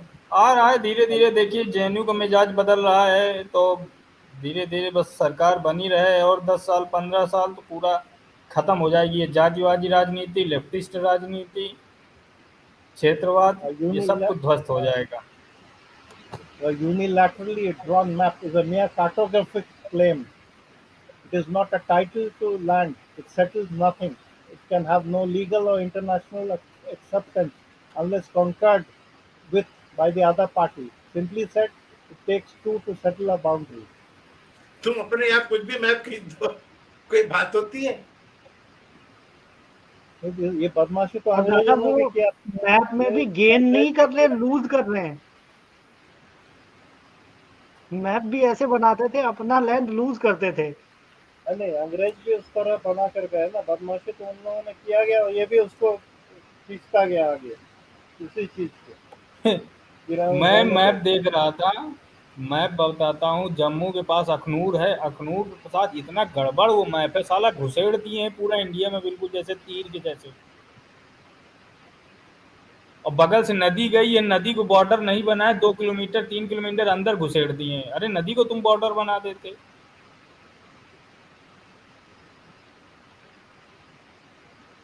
ये पढ़ो, China settle border peacefully with other countries, लेकिन यहाँ पे डंडा चाइना दिया। Settles borders peacefully with other countries but not with India, ये भी बोलना चाहिए। हम्म। That the above was so proved by the agreement China finalized with Myanmar Burma in 1960. The new Burma-China border is roughly along the McMahon line, with certain adjustments accepted by both the sides. China also settled its boundaries amicably through negotiations with Nepal and Pakistan and signed boundary agreements. India remained the only exception. इतना इतना साले लोग राज किया है और वहां जाके MOU sign कर रहा है, उस समय क्या मुंह से गंदा बात निकल गया है उससे। क्या कर रहा था ये लोग, कर तो रहा क्या था, देखो सॉल्व क्या कर किया? रहा अच्छा ये बताइए, इंडिया से काहे नहीं सेटल कर किया, कुछ इसका रीजन बता सकते हैं दादा? क्योंकि हम चाइना बनना चाहते हैं,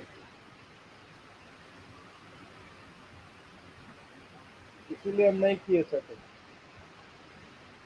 दादा बस या इंडिया को ये वाला कंप्लीट करवा लो, हाँ, क्योंकि नेहरूज अनरीजनेबल यहीं तक स्टैंड मैंने एंड करा था। Unwillingness to negotiate, Nehru's unreasonable stand and unwillingness to negotiate. China did try on several occasions to settle India-China borders through negotiations and took initiatives in that direction. But what should have happened, peaceful, negotiated settlement through talks, did not happen, for Nehru had his own ideas, like unilaterally changing the maps, claiming the borders are already settled and refusing to negotiate. In July 1952, China proposed settlement through peaceful negotiations of India's inherited rights and assets in Tibet and the related issues that obviously included the borders. However, Nehru and company decided, in their wisdom, not to raise border issues. Why? It might open the Pandora's box and open up the whole border for negotiation. What was the way out? Claim borders were already settled and therefore there was nothing to negotiate. The Indian ambassador to China, K.M. Panikkar, had advised, if China raises the issue of the McMahon line, we can plainly refuse to reopen the question and take our stand that the Prime Minister took in his public statement, that the territory on this side of the McMahon line is ours and that there is nothing to discuss about it. It was self It was this self-deluding approach that led Nehru and company not to discuss and settle the boundary issue when they signed the only give and no take Panchsheel agreement with China in 1954. However, Sir Girija Shankar Vajpayee, who had been the Secretary General in the Ministry of External Affairs, did not agree with the above stand and pointed out that China had asked for settlement of pending problems and that the Chinese, never having accepted the McMahon line as the frontier between Tibet and us, can hardly regard its frontier as settled. Naturally, they have no intentions of raising it until it suits their convenience. Nehru had advised the Secretary General of the Ministry of External Affairs on 3rd of December 1953. I agree about the attitude we should take up in regard to the frontier. We should not raise this question of boundaries. If the Chinese raise it, we should express our surprise and point out that this, that is the boundary, is a settled issue. I- मैं बेवकूफ बन रहा हूँ तो बाकी लोग भी बेवकूफ हैं क्या? बाप रे, क्या आदमी था यार। ओफ ओफ। As per Neville Maxwell's India's China War, India reiterated that a boundaries with Tibet could not be a matter of negotiation, claiming that they should defined without the necessity of further or former delimitation. China replied that this attitude of refusing to negotiate and trying to impose a unilaterally claimed alignment of China is in actuality refusal to settle the boundary question, and she warned that while India maintained that position and kept her unreasonable tangling, China would absolutely not retreat an inch from her own stand, that China was equably and equitably settling her boundaries with her neighbors tended to throw an adverse light on India's position, seeking product at that sore point, since the Burmese and the Nepalese governments can settle their boundary questions with China in a friendly way through negotiations, and since the government of Pakistan has also agreed to negotiate a boundary settlement, why is it that the Indian government cannot negotiate and settle its boundary question? India avoided raising the boundary issue with China following Nehru's decision, even when Panchsheel was signed in 1954, and later when Zhou Enlai had overlong 5 rounds of discussions with Nehru between 25th and 27th of June 1954. For over a decade since the independence, Nehru talked with Zhou Enlai on everything under the sun except the boundary issues. Records quoted in various books on the subject show that Chinese Premier Zhou Enlai did raise the boundary matter with Nehru several times, but India soft-pedaled or avoided the issue. China was also not insistent. No objection or protests from the Chinese were taken to mean the acquiescence in our position. So as a strategy, India maintained silence, kept mum on the issue. मेरे को लगता है ये पूरा stage stage मतलब affair था। नेहरू और China जो है आपस में लोग ऐसा ही पूरा स्टेज किया, पूरा ड्रामा बना के रखा था पूरा। क्या पढ़ के और फायदा? आज तक वही चल रहा है, क्लैशेस और ये सब इसके ये चलते। पढ़ो, in response to very long letter of Nehru on 26 September In 1959 response wrote to Zhou a Enlai. very long letter, हाँ जी, in response to a very long letter of Nehru of 26th of September 1959, wrote Zhou Enlai on 7th of November 1959.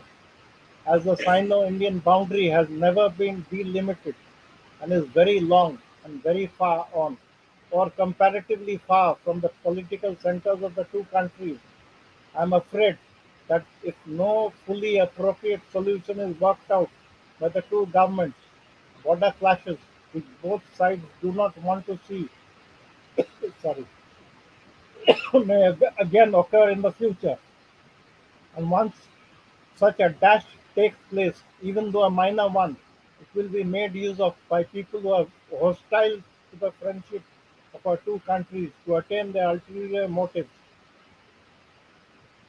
Your Excellency's letter of September 26 contains many viewpoints to which the Chinese government cannot agree. In order to maintain effectively the status quo of the border between the two countries to ensure the tranquility of the पढ़ते चलो, border region, मत पढ़ो मत पढ़ो मत पढ़ो मत पढ़ो मत पढ़ो मत पढ़ो।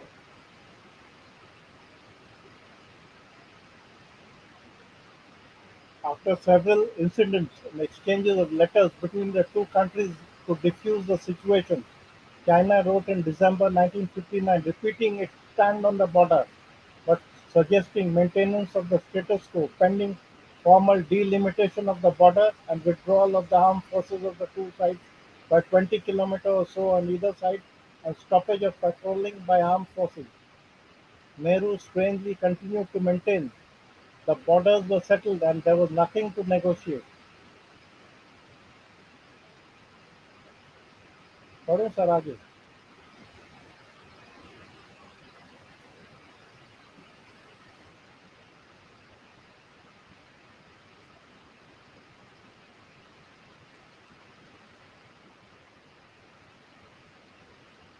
तो बार बार कोशिश कर रहा है वो, सेटल कर लो हाँ। सेटल कर लो। लेकिन ये बोल रहा कुछ नहीं है, सब तय हो चुका है, जो है सो है, मैप में जो है सो है। ये अजीब ही बंदा था जो पिट के ही मानता था। बोल रहा मारो मुझे। ये देखो यहाँ पर भी बोल रहा है वो। हाँ, lasted for 4 days. First stage of China peaceful issued a settlement statement के and have also हाँ wrote to Nehru and so setting out setting the out the terms of terms of peaceful peaceful settlement. settlement of the border dispute. Both parties were 20 withdraw 20 kilometers from the line of actual control and disengage. The PMs of the two countries engaged in friendly settlement of the dispute. India questioned what China meant by the line of actual control and wanted it to be the position as on 8 September 1962, while China, in its response of 4 November 1962, clarified it to be the position as on 7 November 1959, that is, the McMahon line in the eastern sector, even though China had not accepted that line and the traditional line in the other sectors, emphasizing what China offered met the India conditions of decency, dignity and self-respect and would not prejudice claims of either party, which would be settled through negotiations. This also meant that China was not taking advantage of the territories it had gained meanwhile after the first phase of the 1962 Indo-China war. Well, देखिए sir ये line पढ़िए. This also meant that China was not taking advantage of the territories it had gained meanwhile after the first phase of the 1962 war, या Indo-China war. उसके बाद भी आदमी तैयार नहीं. यार ये स्टेज मैनेज है, पूरा स्टेज रखा है, ड्रामा है. दोनों में से एक हो सकता है. और पढ़ के क्या कीजिएगा, तो जो है अभी का पोजीशन यही है. After initial 4 days of fighting, that is between 20th and 23rd of October 1962, there was a a lull in fighting of about 3 weeks till 13th of November 1962. Indian forces had meanwhile regrouped and they attacked the Chinese position on 14th of November 1962. ये China चाहिए count, था मुझे, ये ढूंढ रहा था मैं, मिला. हाँ, China they they counter they attacked. they attacked, Indian attacked, huh? हाँ,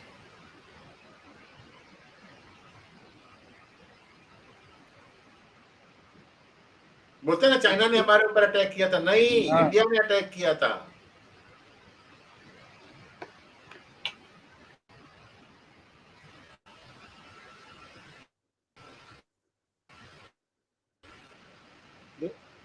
है नहीं, दम लड़के लेंगे हम वही चीज.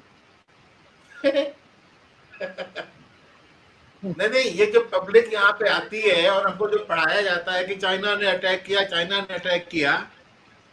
चाइना ने तो बोला था भैया अब तो ले लो, जितनी जमीन ली थी उसने, वो चला गया था वापस. वापस फिर करने तुमने के लिए क्यों, तैयार था. फिर तुमने, वा- नहीं नहीं, मजूमदार, डेट देखो जी ना, जी जी. डेट चाइना, ये क्या लिख रहा है, एंड दे अटैक्ड.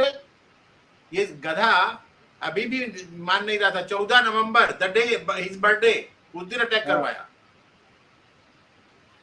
फिर से पढ़ता हूँ इस पैराग्राफ को, बहुत इंपॉर्टेंट है. After the initial 4 days of fighting, that is between 20th to 23rd of October 1962, there was a lull in fighting of about 3 weeks till 13th of November 1962. Indian forces had in the meanwhile regrouped and they attacked the Chinese position on 14th of November 1962. China counterattacked, and by 20th of November 1962, within a week, the whole of northeastern frontier agency was under the Chinese control and they were at the gates of Assam.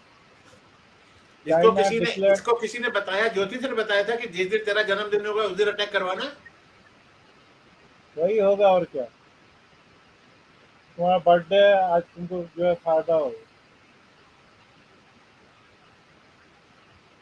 China declared unilateral ceasefire on 21st of November 1962.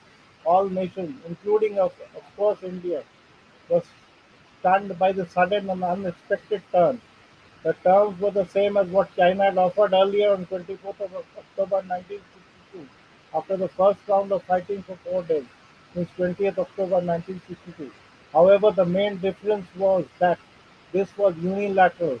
China announced it would carry out its part of the obligation, whether or not India agreed. That is, it would withdraw its forces 20 kilometers away from the line of actual control as on 7th November 1959. However, It reserved the right to strike back should India attack or try to cross the line of actual control to reoccupy the positions that were never in its territory. India ceased fire knowing it could not fight on. However, sticking to its old stand, India did not agree, nor did it make an effort to finally resolve the border dispute once and for all through talks and negotiations for which China was ready. और फिर mistake admit कर रहा था ये लोग जब parliament में बकबक करते हैं और वहां पर दुनिया भर का बवाल होता है, तो उस समय पप्पू को बोल नहीं सकते राहुल को कि हाँ तुम्हारे नाना ने क्या किया था? दादा चाइना पीछे जा रहा है, उसको कह रहे नहीं नहीं ले ले तू ले ले मतलब जमीन देने के लिए लड़ रहे थे। ये अरे कौन एक सी बार तरीके नहीं, की लड़ाई बार है? बार बोल रहा है, बार बार बोल रहा है कि बैठ अब के आप लोग सॉल्व वो कीजिए। अर्लियर पोजीशंस पे जा रहे हैं, जितना ये हाँ एक्सपेक्ट कर रहे थे उससे भी पीछे जा रहे हैं कि हम यहाँ से हाँ ले लेंगे बाउंड्री, और बाउंड्री सेटल कर लो। ये लगा हुआ था नहीं नहीं यहाँ तक आ जाए, यहाँ तक आ जाए, हम लड़ाई करके यहाँ तक देंगे तेरे को। मतलब आदमी कितना युद्ध आदमी करता मरा है बोलिए, ये टेरिटरी मतलब गेन है करने कितना के लिए। आदमी मरा। ये टेरिटरी लूज करने के लिए लड़ रहे थे कि नहीं नहीं तू इतना मांग रहा, नहीं नहीं इतना ले, हम लड़ाई करके तेरे को देंगे।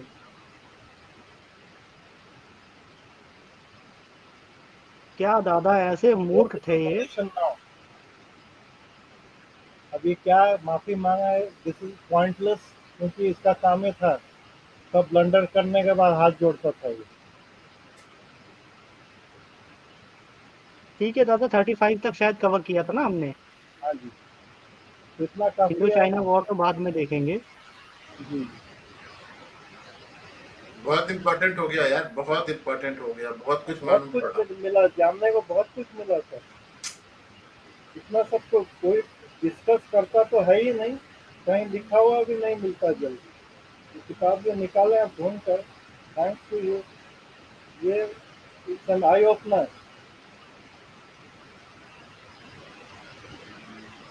अरे इनको अभी तक लिंक नहीं मिला, लिंक तो मैंने डाल रखा है। Nehru attacked China on 14th November 1962. It should be known to each and every Indian. और फिर भी बेचारा 7 दिन की लड़ाई करने के बाद में 21 को उन लोगों ने यूनिलेटरल सीज फायर किया था कि भाई बहुत हो गया, हाँ, बहुत तो मार दिया तुम्हारे। सब लोग सब ये लिखा हुआ है ना sir, all the other nation were surprise कि how could China unilaterally decide to दादा ये लड़ भी तो नहीं रहा था ढंग से। Cease fire. हाँ जी, मतलब वो टेरिटरी लूज करने को तैयार है, निगोशिएट कर रहे हैं जीतते जीतते भी कि ठीक है हम टेरिटरी लूज कर रहे हैं, हम पुरानी डेट से वो करते हैं, ठीक है। बाकी टिबेट के और ये मामले लड़के में देने यूएस देने के बैठा लिए लड़ था। रहा था। हाँ, यूएस बैठा था टिबेट के मामले में कि इंडिया आकर कुछ बोले तो हम लोग जो कूद पड़ेंगे, फिर भी हम आज लोगों ने बैठा अपनी हुआ। स्ट्रीम में किया था शायद, वो चाइना वाली स्ट्रीम में हम लोगों ने बोला जी था जी कि जी, वो यही बोला था कि China were ready to settle but we were not ready to settle. जब तिब्बत वाले में हुआ ऑक्यूपेशन, आप तिब्बत वाला जो स्ट्रीम किया था उसमें था ये। Ready to aqueous.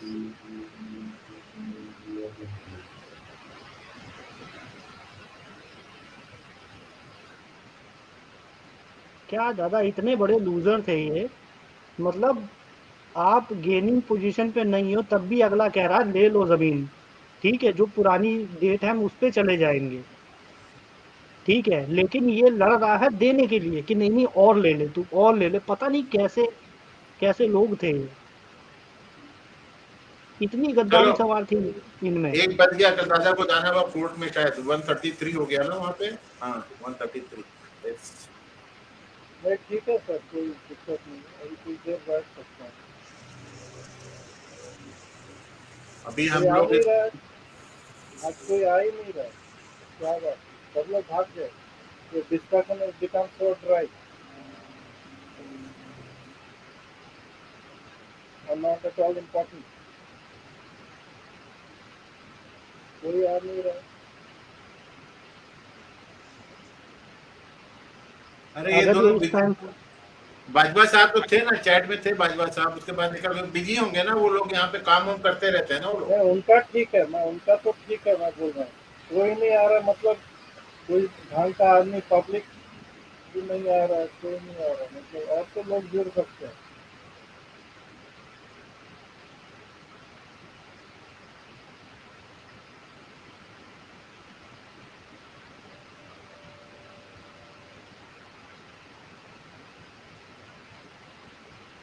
कल का भी स्ट्रीम अच्छा रहेगा, बहुत अच्छा रहेगा। उसमें वो जी जी जी, हमारी आर्मी को कितना वीक करता है उसके ऊपर है। ये तो बोल रहा था आर्मी नहीं चाहिए हम लोग, should not have an army। उसी का तो एडवांटेज लिया ना उन लोगों ने। किसी जब ना आम लेने को तैयार था, ना कुछ था। दादा आम लेने को ना तो तैयार था, या इंडिजीनियस जो हमारी आम ऑर्डिनेंस फैक्ट्रीज हैं ये भी बंद कर रखी थी इसने, जूते बनवा रहा था वहाँ। तो उसके गले में डालने के लिए क्या, कि कुछ फोर्सी ये जूते मेरे गले पे ही है, माला बना कर लोग लगाएंगे। मतलब इतने ऊंचे ऑल्टीट्यूड पे जहाँ पे माइनस में टेम्परेचर होता, वहाँ अरे क्लोथिंग कैनवस तक नहीं दी थी कैनवस इसने। यूज था, मैं बता रहा हूँ आपको, उस समय का यूनिफॉर्म, क्योंकि एक इमरजेंसी कमिटेड ऑफिसर के साथ मेरा मतलब मुलाकात एक जैसे हुई, वही बता रहे थे कि उस समय हम लोग कैनवस यूज पहन कर, बता रहा था कि मैं शूज खोलूंगा तो फ्रॉस्ट बाइट से मेरा ऊपर का ये टोज है ना पूरा खत्म हो गया, तो डॉक्टर बचा दिया, तो मुझे पूरा पैर एम्पूटेट, दोनों पैर एम्पूटेट करना पड़ता, बिना स्वेटर का, बिना कुछ विंटर क्लोथिंग, कुछ नहीं, नॉर्मल उस समय का खाकी यूनिफॉर्म। दादा ये गद्दारी के अलावा और कुछ नहीं हो सकता। जी जी प्रदीप कल हम लोग इसको यहाँ तक करेंगे अपना, क्या ये जो ये Nehru no to nuclear arms तक, जी जी। ब्लंडर 44। ठीक है, यानी हम 36 से 44। हाँ पंखा चला रहे हैं क्या प्रदीप जी? छोटे छोटे हाँ हैं भाई। हाँ, तो ओम का आवाज आ रहा है पंखे से, नहीं दादा, मेरे तो पंखा ही नहीं चल रहा। तो फिर कहाँ से आ रहा है आवाज? ये मेरे बाहर वो घास को काटने के लिए आया हुआ है, तो अच्छा लॉन मोवर, लॉन मोइंग के लिए आया हाँ है, वो हाँ, कर रहे हैं। समझ रहा हूँ समझ हाँ, तो मैं ये कह रहा हूँ कि 36 से 45 तक करेंगे ना कल, हाँ 44 तक। हाँ हाँ।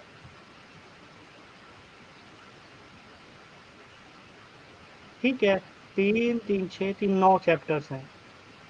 तो बंद कर दें फिर। छोटे छोटे चैप्टर हैं, ब्लंडर छोटे छोटे हैं, थोड़े आगे भी जा सकते हैं हम लोग।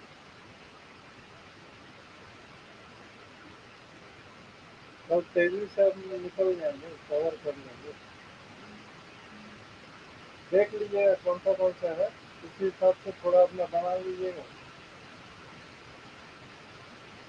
आपका मदद के बिना तो मतलब सेम साथ तो मतलब है नहीं, देख लेंगे थोड़ा सा, आप ही देख लीजिए क्या है, ये सब तो मुझे आता ही नहीं है। 45 तक करने का है। 35 तक, 45 ना? 46 इज रिस्पॉन्सिबल फॉर 1965 वॉर। इसको इसको हम नेक्स्ट इसको अगली अलग वाली सीरीज में अलग, जी जी जी, अलग रखें। 46 वहां से चला जाता है, 46 के बाद में फिर उधर ही घूमता है। International record in insecure borders की बात कर रहा है। फिर ये फॉरेन, एक काम करते हैं, छोटे छोटे इसको खत्म ही कर देते हैं, 48 तक, 47 तक खत्म कर देते हैं।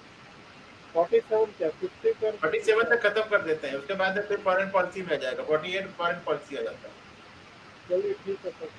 47 तक 10 तक खत्म जी सर, कर जी देते हैं। चलो ठीक है, बंद करो इसको।